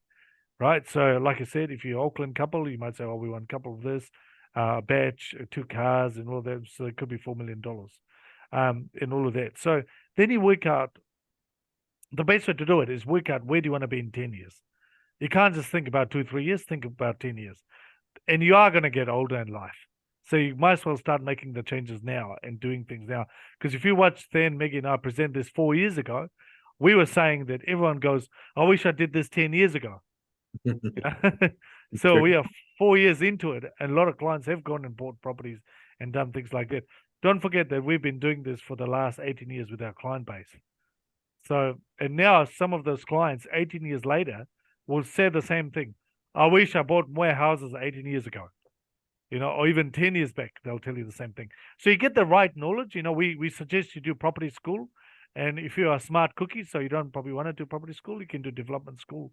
The reason we send you to property school is because it's not, we want to make money out of you. It's not about that. We'd like to educate you. We'd like to put you in a place where you get information and understand the property lingo. We give you a supply chain of people. You get bankers, you get lawyers, you get real estate agents, and all of those people. So these are basically, and people who know about properties, so people like Then, Maggie, Matt, and me. You get our knowledge as well, And then what you do is you put a strategy together. Where do you want to do? Do you want to trade or do you want to buy a whole portfolio? And you get your structure set up. The reason you have to get your structure set up before your finance is because if your finance gets approved in your name and then you execute a structure, the banks have to redo all the finance documents. So they rather have you set up your family trust, move your family trust in your home, family home into the trust, set up your companies where you need pre-approval in place. And then once all that is in place, you go out and you buy houses. So that's basically the roadmap, isn't it, Maggie? Absolutely. And the key is to learn how to invest well and then do all your preparations, strategy, your structures, your finance before you head out to buy anything, rather than rushing out to purchase and then perhaps because of a lack of knowledge and experience or well-meant but unsuitable advice, you end up buying a property that isn't going to move you along to your goals and you get stuck for a few years. Yep. And like we've said before, Maggie, Ethan and I, go to some of those property events. They're good events. And there's one that's coming up, Steve Goody's event. It's a bloody good event. Now, if you're part of GRA and you book that event, you also get a 50% discount. Now, don't forget, if you fill out our interview form, we'll be drawing 2 tickets tomorrow. So whoever's the lucky winner will get a call. Sorry to interrupt, but I'll tell you a story. When I first got into that property course, I won a free ticket. I did win a free ticket on Facebook. That was my start. I went to the presentation, and that's when I signed up and spent that 35,000, and that's what led me to where I am. It's just a coincidence. I'm not making this up. Well, sorry, then that was us advertising, and we actually gave everyone a free ticket on Facebook. So you're not the lucky one. Maggie got the free ticket as well. Don't forget. I think I paid for my ticket. There you go. No, we're kidding. But we are going to draw 2 tickets tomorrow, and if you fill out our forms, don't worry, we'll give you the address again. So whoever's listening, if you want to fill out those forms or fill it out, and we'll probably draw the tickets around 8 or 9 o'clock tomorrow morning, and you should probably get a call from Amy. Don't worry, you won't go to Maggie or Thin because they get free tickets to go there, so they're not getting it. But again, just go to events like this or go to property school. Look, you might not even understand anything, but there's one thing you pick up. Now, I'll tell you one thing that's picked up for me by going to events is cash flow positive. You know, that actually got me thinking cash flow positive, you know, and that's how I've built this portfolio, chasing cash flow positive assets, you know, and look, if it doesn't work out, you just sell the property. You don't have to be nervous because everyone needs a house. So everyone needs food to eat. Everyone needs a house. So it's a big demand. So what is property school? Maggie, tell us a bit about property school. It's a educational program that GRA has put together. It's something that we've done because we love to see people succeed and do well, and it's an opportunity to share a huge amount of knowledge here that's accumulated at GRA between Salesh and Matthew and other expert staff that are specialists in their areas and other staff that are investors themselves. So the combined amount of knowledge is decades worth of experience and expertise and all sorts of different strategies for investing in properties. It's a very modestly priced course. The reason GRA does it is because we want to see people do well and avoid the mistakes. It's not great when people come in because they've bought the wrong sort of property or paid too much and you're trying to help them out of a problem, which can be avoided just by having the right information and the right education. Yeah, and like Maggie said, it's actually well-priced product. And so you can see it down here, it's $495. It's a discount price if you sign up today. Normally it's $595. Now, if you do end up paying $595, don't worry, we'll send you $100 back, or you know, whichever way. So it's like Maggie said, it's an online demand course. You get 12 months access. So if you are Superman and you watch it over 3 days, and you go, wow, I've done 21 hours of video in 3 days. That's fantastic. Now, then you can exit it again and again. I suggest you probably do few hours a week or few hours a day instead of going hard and watching the whole thing. But because they are quite technical and you get to understand the terms. You can also, if you do have questions about property school, you can email Maggie or Then. It's a 7 weeks course, like Maggie was explaining. So 3 hours a day, basically 21 hours all up, and you get access to WealthSuite, which is a software that we use to analyze your property deals, your wealth, and where you're going to be in 10 years' time. If you sign up today, you also get a GRA book of your choice. And I'm in the mood to give away, so I will actually give you 2 books. I'm not going to be fussy here. So you get 2 books if you sign up today. And again, it's not about making money out of selling property school. It's about sharing knowledge. There's over 100 years of experience in property school that we discussed. Now, some of the contents can be a bit dated, but ignore those. Like 95, 96% is still relevant to property investors, right? So, and we are going to do a new live property school later this year. We don't have any dates yet, but that will be. Yeah. And you got to remember, you get to watch the 21 hours of content, but it probably takes us good, 500 hours to put it together? Maggie, isn't it? Yes, there's a lot of time and effort in there and just a huge amount of information. Yeah. And a lot of the course is presented by Matthew himself as well. Yeah. And you get a supply chain. So you get access to, Maggie and Then, their property coach, and you get access to people like me, Matt, the banker, and lawyers and all of that. So that's how you come through. So if you are keen on property school, jump on their website, sign up. It's, like I said, it's $495 today. And also, if you do want events that GRA run, you can sign up at that particular link as well to help you to sign up for any events that we've got coming up. But like I said, the latest event that's coming up is Steve Goody's property event. It's actually quite informative. So I suggest you look at that. Now, Maggie, this is about property development school, and we strongly suggest if you haven't done property school, don't jump into property development school first because it's a little bit more complicated. Yeah, so property school gives you that broad information in a great amount of detail about property investing and covers a number of strategies.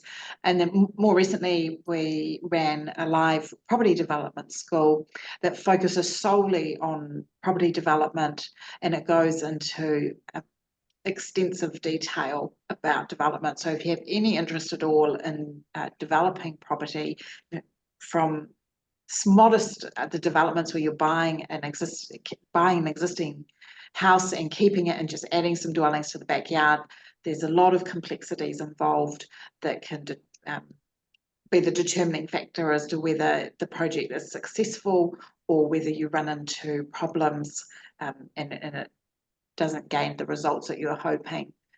So it's really important to choose the right kind of properties and then to know how they should be developed for the whole thing to be something that you're pleased you undertook at the end of it. And that's where you'd want to do property development school before you went out and bought a development property. Yeah, and you got to remember, this development properties are not a small ticket item, right? It's basically if you buy a site and you end up building the houses, you're looking at somewhere between 3 to 4 million complete projects. That's on a smaller scale. No, on a bigger scale, it's bigger, isn't it, Maggie and Then? Yeah. Oh, certainly. I mean, we all know development can be on a significant scale. We're talking apartment buildings or new sections, that level that Matthew's developing in. But equally, it's a really useful tool for building your whole portfolio where you're working at that smaller scale and perhaps adding a couple of dwellings to a property. Yeah, absolutely. So if you are looking at development, that's about $750 to sign up. And how many weeks is that? Or how many hours is that, Maggie? That property development school? It ended up running over 8 weeks Yes. when we did it live, and we would have been running 3 to 4 hours most nights. So yeah, a lot, Yeah, a lot because of hours there. Yeah, it's quite technical, isn't it? So there's a lot of technical stuff in there. So where to from here? So obviously you've had all of us talk and all of that. So this is my recommendation. don't do nothing. So I'll give you the same recommendation over the last 5 years. Hasn't changed, right? Because I stick to this. Don't do nothing. Like, so you must be thinking, God, this is too hard. You got to act sooner, not later, because it only gets harder when you do it later because everything becomes expensive. Now, we are building as well. Like we've seen the brand new houses we build. It's not cheaper to build. It's not cheap to build. Yes, some of the things are cheap, but it's not cheap. So I think going forward, houses are going to only go up in prices. They're not going to go backwards. And house prices are actually not falling anywhere in the country.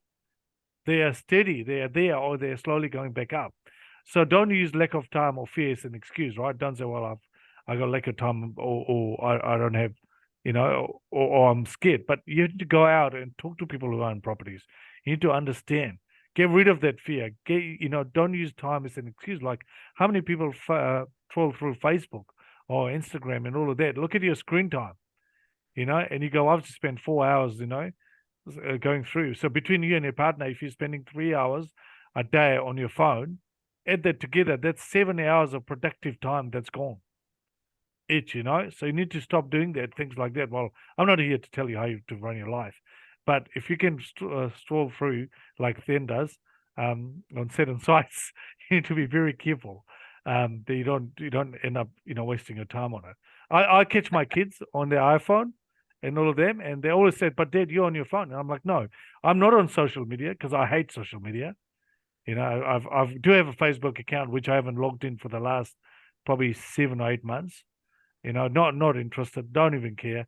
Yes, I read the full story on media about house prices and things like that. They don't know. I mean, you ask how many writers writing about houses in the newspaper actually own properties, or investment properties. They probably own none, and they're trying to write stories. So don't use information like that. You got to surround yourself with the right people, right? And draw yourself a timeline with targets. So when I was 26, I said to myself, when I turned 36, which is like, for someone like a 26-year-old to say, shit, that's a long way away before I turn 36. And obviously you don't realize you blink and you're 36, right? Who turns 36? That's so old, right? I thought to myself, I need 10 houses. And then suddenly it clicked at 26, and it happened in this office here. They clicked. Why can't I have those 10 houses now? So when I turned 33, I remember this day. When I turned 33, I had 33 houses on that day. And I was like, wow, it's just getting your mindset right and surrounding yourself with the right people. I normally get property. I'm there and someone goes, oh, what do you do? Oh, Celeste, we hear property market's down, da-da-da. And I turn around and go to them, how many properties do you own? Because I'm bloody trying to buy houses out there and nothing's cheap. So to show me where the cheap deals are, and they can't find you anything. So think long term when it comes to property investing. It's not about 1, 2, 3 years. It's about 10 years. We're going to be in 10 years if you invest now. And I can tell you this now. This is 2024. In 2034, you'll go, I wish I did this 10 years ago. And you can mark my words. I say this every presentation I do. So it's never right time to get into properties. Never. I'll tell you this. Everyone goes, when's the right time? It's never. Everything's always expensive. When you buy a property, you never go, I bought that property for a cheap price. Maggie, when you bought them 8, 10 years ago, did you ever feel they were cheap? Not at the time, no, they didn't. They were good buys. So relative to other things, we were buying the right sort of property at the right price. But that amount of money, the purchase price of $500,000 or thereabouts, it wasn't cheap. It's a lot of money. You still or either you struggled with finance, you just couldn't get finance, right? Yeah. So it was all that playing in, and I had the same problem. I was buying properties for 300,000 and I couldn't get any funding. I had to go around and beg banks to give me money. So and one of the important things here is this timeline. When you draw yourself with targets, where do you want to be over the next 10 years? So get together with your partner, draw yourself a 10-year plan and see where you want to be and act based on that. And if you're single, again, where do you want to be in 10 years' time? So you need to look at that. Here's a text message between a client of GRA who's become a good friend of mine and me. So the client is basically in white and I'm in blue. So this is a message I was showing to Maggie, and she goes, "Oh, we should put this in our property event today. So he goes, I've been updating my wealth suite. So he's his wealth suite to track his. I'm sitting around $7 million in property.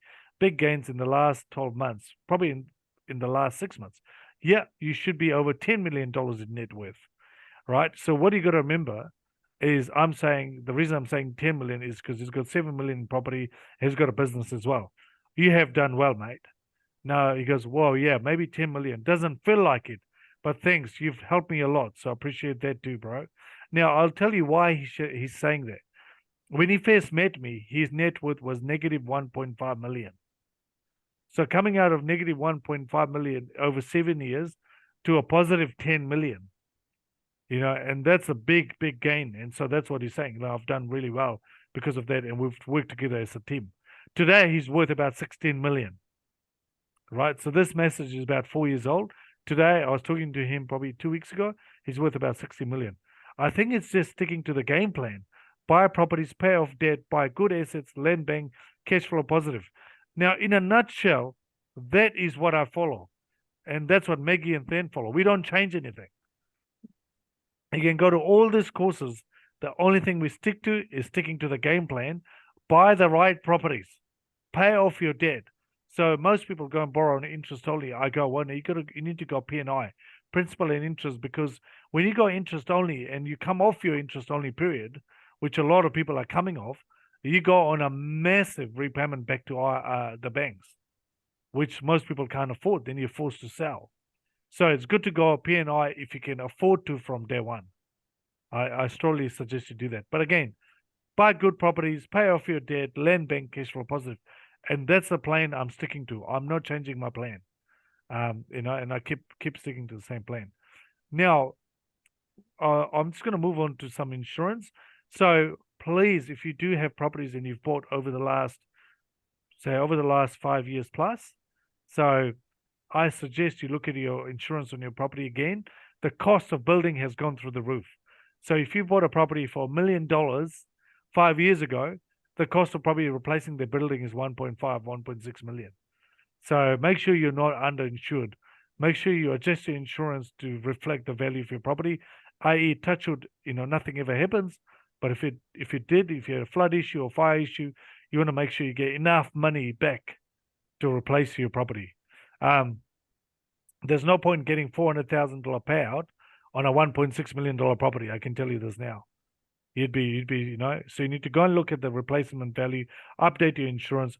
And I've been saying the same thing over the last 4 to 5 years between the three of us when we've been presenting. Now, personal insurance, make sure, before I jump into personal insurance. So we use a company called Initio to insure our properties. They're quite good. And if you say you've been referred from GRA, you get a good discount as well. They're really good to deal with. So make sure you, when you go and sign up, you say you've been referred from GRA.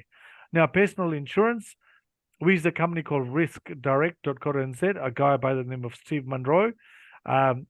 This is basically to ensure you have enough life insurance. If something happened to you, your family is protected.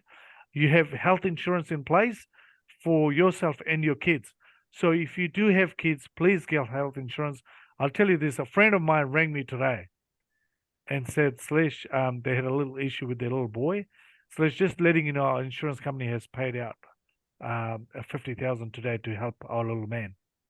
And that was nice to hear because she listened to us from day one and went and got health insurance on a little man. And she did it from the day he was born. And today they've been paid out to help. And they also have been told if there's any medication or anything that's not available, the insurance company will pay, right? And her little man is 2 years old. So please make sure you have health insurance in place for your family. So important, especially the way the current health system is. So basically, I've been told that if you live in Waitakere, West Auckland, not sure. I don't know if out of Auckland what happens. Not sure. Or in South Auckland, if you have a heart attack, the chance of dying is very high. Chances of dying is very high because this facilities don't have enough equipment. That's why they rush you to Auckland City for all that. So you're going to have health insurance in place to ensure you can mitigate some of these things in your life, you know. Now, I'm using health insurance for my son at the moment as well. He's got eczema, skin condition. I pay for the medication to be imported into the country and he gets vaccinated every month. And the insurance company pays for supervision, so which is about $300 to $400 a month. And also last year they paid $15,000 for him to go through all the testing at night and all of them to help through with his eczema, so he can overcome eczema over time. He's actually allergic to dust mite at the high end, so which means if he's close to dust anywhere, he gets instant reaction. That's the only thing he's allergic to. But we're going through a 5 years treatment for him, and the insurance company is paying every month for the doctor's consulting work, for the dermatologist, and for all the supervision he needs. And basically, I'm just funding the medication, which is not funded by the NZ government. So important that you get your insurance looked at on your home and also in your personal cover as well. It doesn't cost a lot to cover your kids. It's about $600 a year to cover kids, average. Now, if you need help with any of that, you can go to Initial for your properties or Risk Direct if you need help with personal insurance. Now, if you'd like to follow GRA, I suggest you sign up at www.gra.co.nz for resources. So you'll get all that, or you can follow us on LinkedIn or on Facebook as well. So, you get free resources. We do free blogs all the time. My last blog was about putting your rent up. Why, as landlords, you need to put your rent up. And I had a lot of feedback from clients that go, thank you for reminding us. We have put our rent up, not to make profit, but to cover your cost. Because the cost of owning a rental property has gone through the roof. So if you are a new client to GRA, if you've never been to GRA, we do offer you a free initial meeting. And whoever fills in the form, which is down here at the bottom down here, will go into the draw to get 2 free tickets. Now, obviously, this doesn't only apply to new GRA clients. It applies to existing GRA clients as well. If you fill out a form and you need to have a meeting with us to discuss your fees, Amy will discuss to you about existing clients, if you are, about cost to have a meeting with us. But if you are a new client, you get a free 1-hour meeting with one of our consultants. Well, this is where we discuss things like asset protection, tax planning advice, and the accounting services we offer. And if you do have any other questions or you need any other meeting with Than or Maggie, they are $250 an hour plus GST. You can email Amy and she'll book you in. Also, our property school special offer today. If you sign up for property school, it's $4.95. So if you do end up paying $5.95, don't worry, we'll send you $100 back and we'll give you two free books. Development school as well, like Maggie's explained. If you have done property school, it's a good idea to development school now. And again, if you fill up our interview RFIs forms, what we'll do is we'll put you in a draw for the 2 free tickets to Steve Goody's event, which is obviously coming up on, when is it, Maggie? It's on the 17th of March. 17th of March. Yeah. So if you fill out your forms, we'll put you in the ticket to win, push you in the draw to win those 2 tickets as well. And also, if you are going to book with Steve Goody, please use the code GRA. You will get a 50% discount on those tickets. Now, like Maggie and Than have said to you, the only way they've got ahead in life is going to property events, right? And learning things from there, understanding. Now, I'm not telling you to go and sign up for every property event you can think of. We're not saying that. All we're saying is go to events, understand what these people are talking about, and if you like them, get on with it. No one's forcing you to sign anything. We're just promoting that your wealth growth over time will be linked through property investing, and it works for everyone.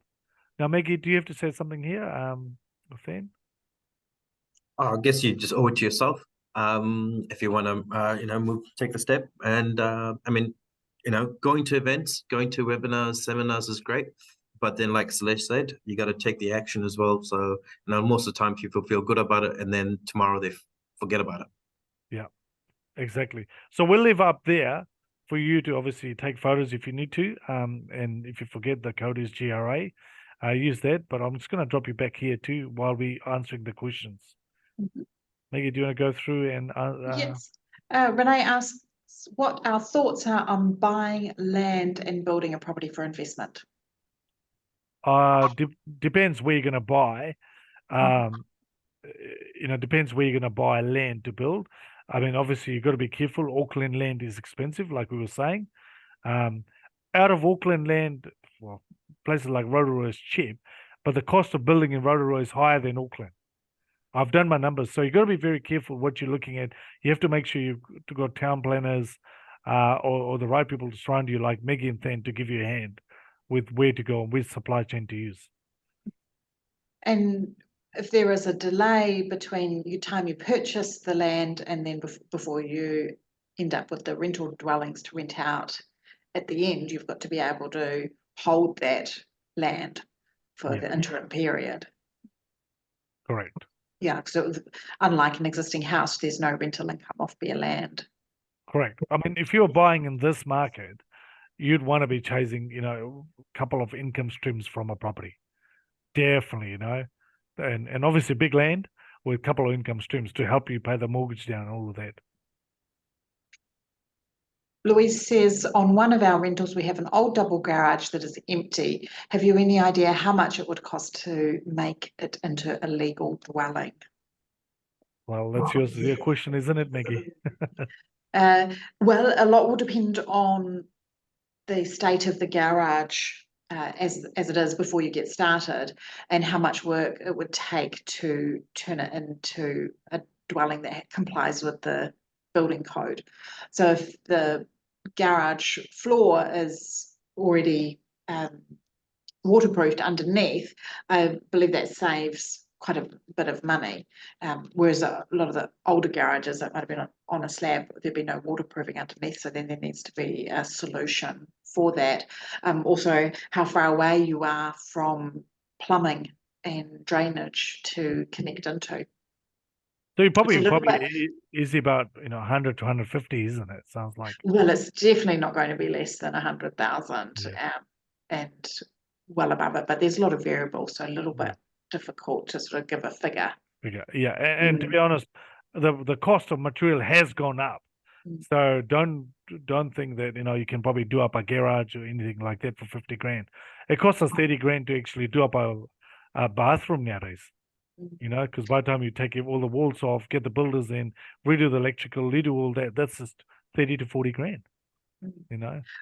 A very rough ballpark figure. I wouldn't think it would be less than 150,000, because you've got plans that you have to prepare, and then you've got to apply for the building consent and pay for that before you even get started on the work. And then you've got, if it's an empty garage, I mean, there's a complete fit out, there's a kitchen to add and a bathroom to add, and there's plumbing and drainage and electrical work.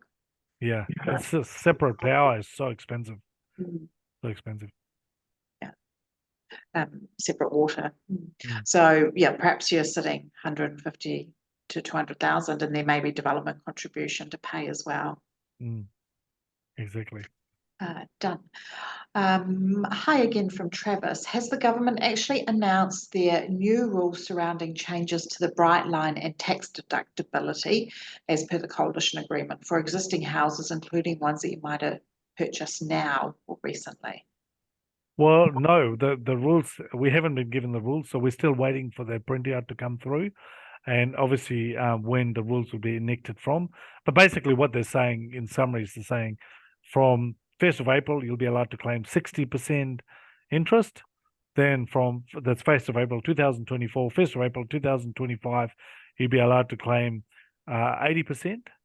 And then 1st of April 2026, you're back to 100%. So in other words, we're on the right track, unless you're doing social housing or you've got a new build with new CCC, so you still get to apply the current rule that's in place.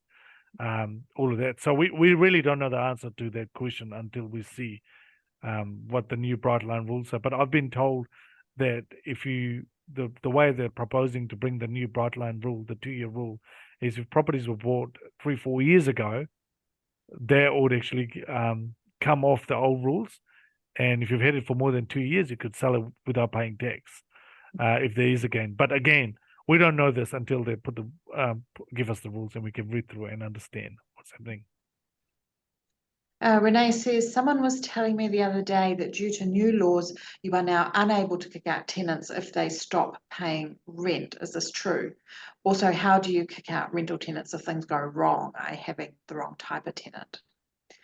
So you can, if your tenant stops paying rent, then you have always been able to and continue to be able to apply to tribunal to have the tenancy terminated on that basis. And then hopefully you can have opportunity to recover some unpaid rent. So that hasn't changed as far as I understand.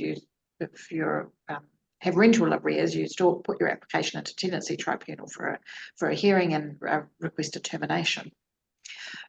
You can no longer, or currently are, due to the change that the previous Labor government made, no longer able to issue a 90-day tenancy termination notice for any reason that you may have.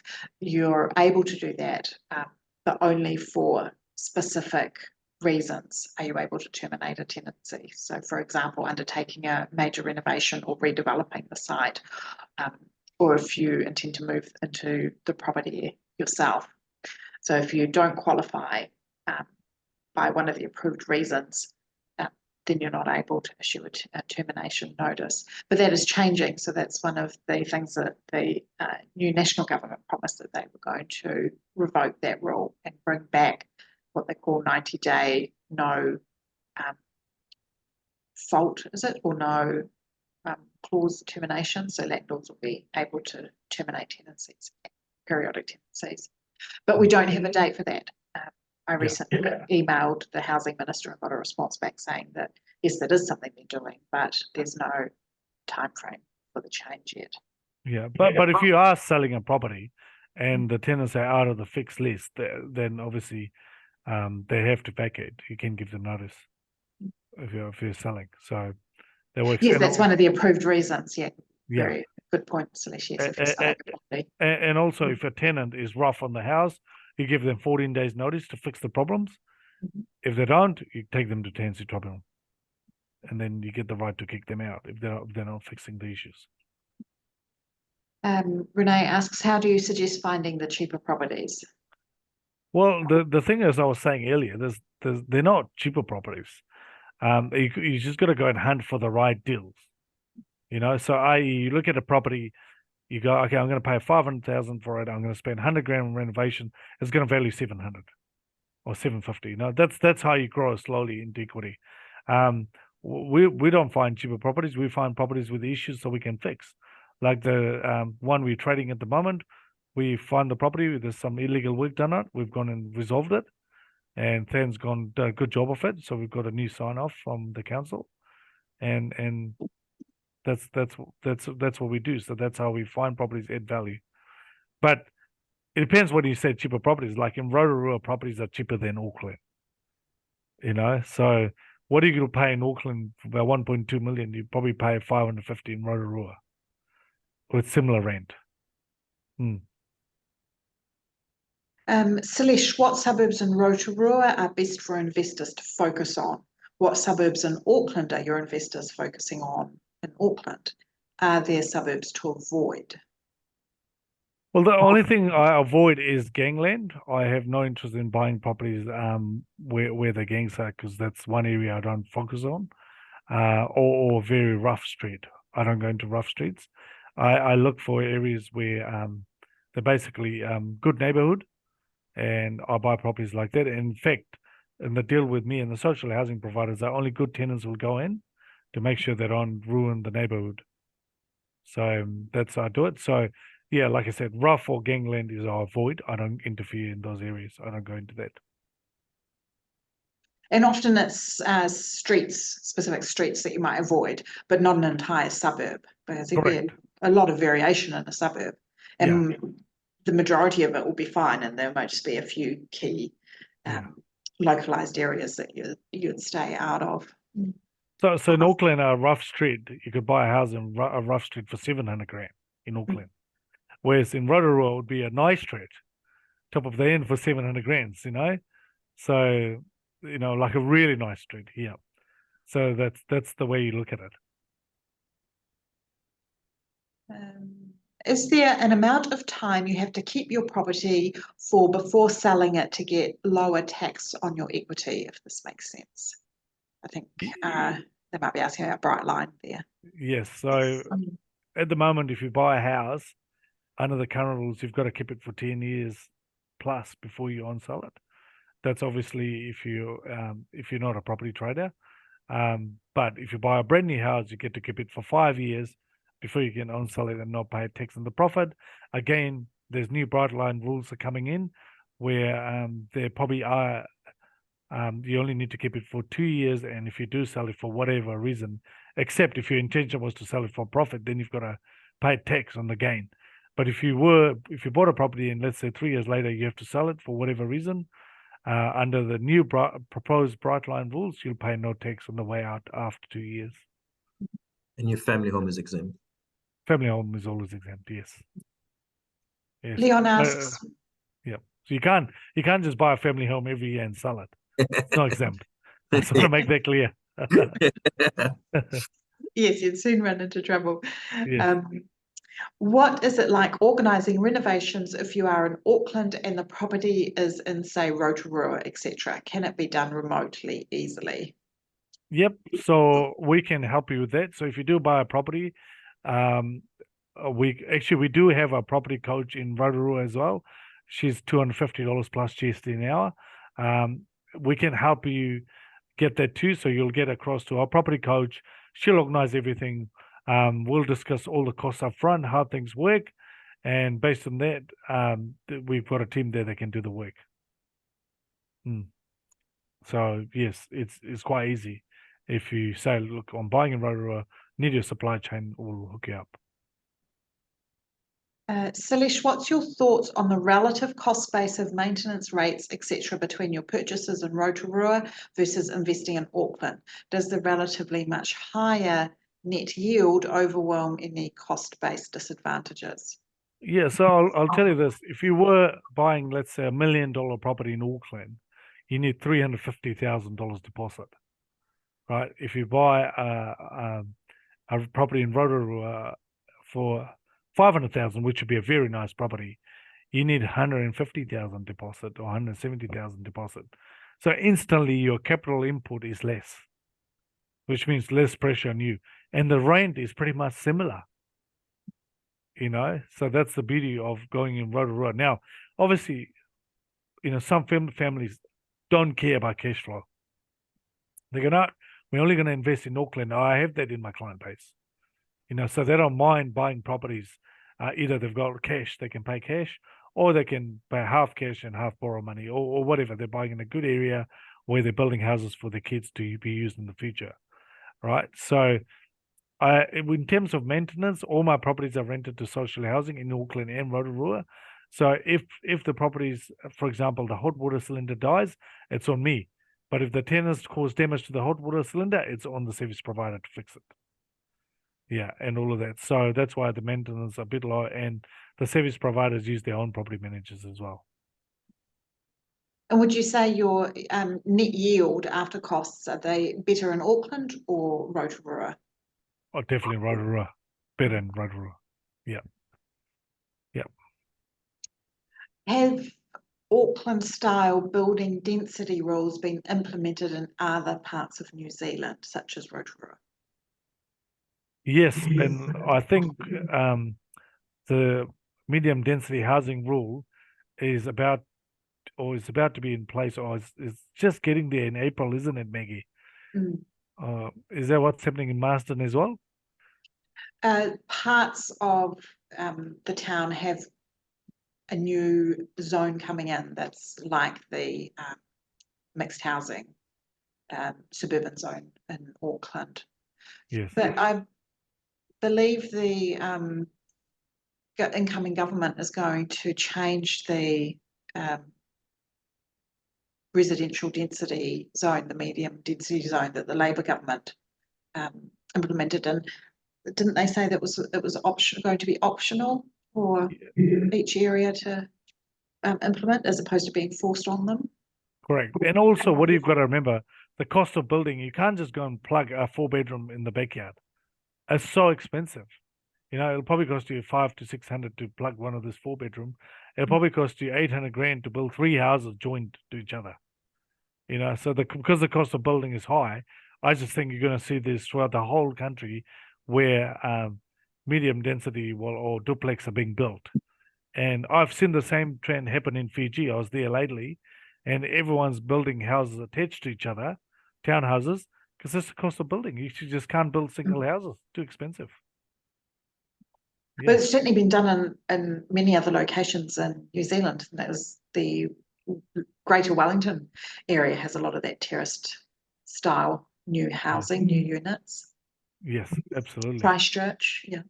Yeah, absolutely. Hi, Salesh, do you provide a strategy session service by the hour? I'm starting out with a business and a couple of investment properties. Yep, we definitely do that. That's definitely something up our alley, you know. We like to look at strategies and what your plans are, and guide you through the process. Definitely, that's something. And if you like one of those meetings, again, just email Amy or fill out one of our forms down there, RFI forms. Then have you got control? Then Yep. yeah. Do you want to just point the RFI? Which part is that? So down right at the At bottom. the bottom. Yeah. So what That's we just got? there So you if you go. go to the go to that URL, you'll be able to complete the form. Yeah. So and then you just put a request if you need a strategy meeting, we can help you with that. Is there a paid subscription online valuation comparison website you can recommend for establishing fair market value? That's then. Yeah, So- I mean, there's CoreLogic. They offer a subscription model where you could do your current market assessment or analysis, where you put in the address. You can look at recent sales, do a search, and which I use on a regular and a daily basis. There's also Relab, which is another tool that I find useful. That's paid. You could do similar stuff. But along with that, there are free websites too. But yeah, definitely those are worth gold when you become when you want to be smart about investing, because those tools really help in getting those values that you need to extract. Is it worth investing in rural property, or is that different? When you refer to rural property, I presume that you're talking about lifestyle block and all of that. Well, it depends. Again, why would you buy something like that? Are you banking the land? You know, that over time you can, chop and sell. That's your strategy. That's fine. Or sometimes you kind of have to buy a rural property for a social housing provider because they have special tenants that cannot have neighbors or whatever, so you have to buy properties like that. So it depends what your game plan is. And yeah. But if Renee is talking about farmland, for example, then not Different. something you know anything about. No, I have no idea. No idea what, because farmlands again is a different total fish, it's like, well, what can you subdivide, what can you keep, and all of that. Yeah, it's just so hard. Definitely not something we do. Robert says, when initially searching online for properties, is there a way to filter out those with dual dwellings on the property to save having to look at every listing? I think what I find with searching is using the key search guides. I mean, things like high income, dual income, those sort of keywords should be able to narrow down your search list. But another great thing is to build relationship with agents. If you have identified which areas are you wanting to invest, pick up the phone, call those agents that are predominant in those areas, and tell them what you're looking for. And because they make money when they sell a property to someone, and so they're always interested in selling something. So that's a good way to getting deals off the agents rather than having to wait online. A home and income's a good search term if you're Sure. looking for dual income properties. Yeah.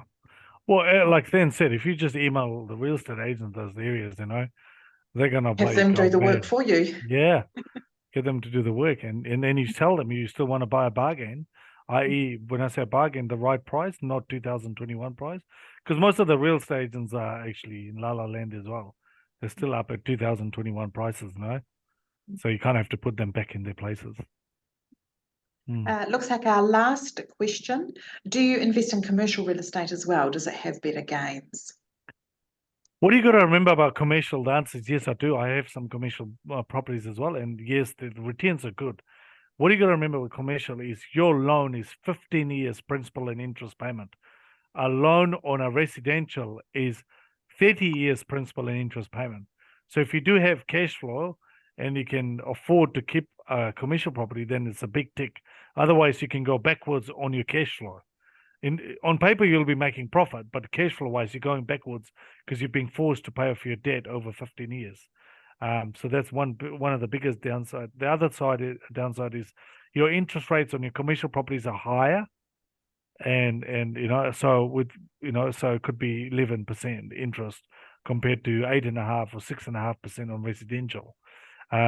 Lately, I was given a massive interest rate on a commercial building, so I had to fight my way to bring it down. The other thing is bank funding, and we call it IEP, earthquake report. If your report is really bad, so the property is not designed to hold earthquake, whatever, you could be asked to put 50 or 60% deposit in, and there could be a clause in your loan agreement that you have to ensure the property complies with 67% IEP report, or 67% IEP, meaning that it can stand earthquake. So it is complicated, but again, look, I'm not going to discourage you from going to commercial. If you find the right commercial property, you definitely want to put your hands on it. Yeah. And, that's it. Oh, thank you, guys. Thank you for listening, everyone. And we obviously, if you've got more questions, email Amy. We can help you with that. And to be honest, we actually do appreciate all the questions. It actually makes it very interesting for us as presenters because this is how we get to interact with you. Yeah. And a great opportunity to fix your brain, Salesh. Yes. I love thinking, so I love, and not like then, but I like thinking. Yeah, no, Then does a lot of thinking for us, so he's good. But again, to all the listeners, don't again go to sleep and forget about what we talked about. Just think about where you want to be in 10 years. Just simple things like that. And don't forget to sign up for that RFI so you can get into those free tickets from us. Yep, fantastic. Thank you, and Thank you, all the Wonderful. best to everyone with their property Yes. journey. No worries. Thanks, guys. Thank Yeah. you. Thanks, See you bye. next time. Bye. Bye.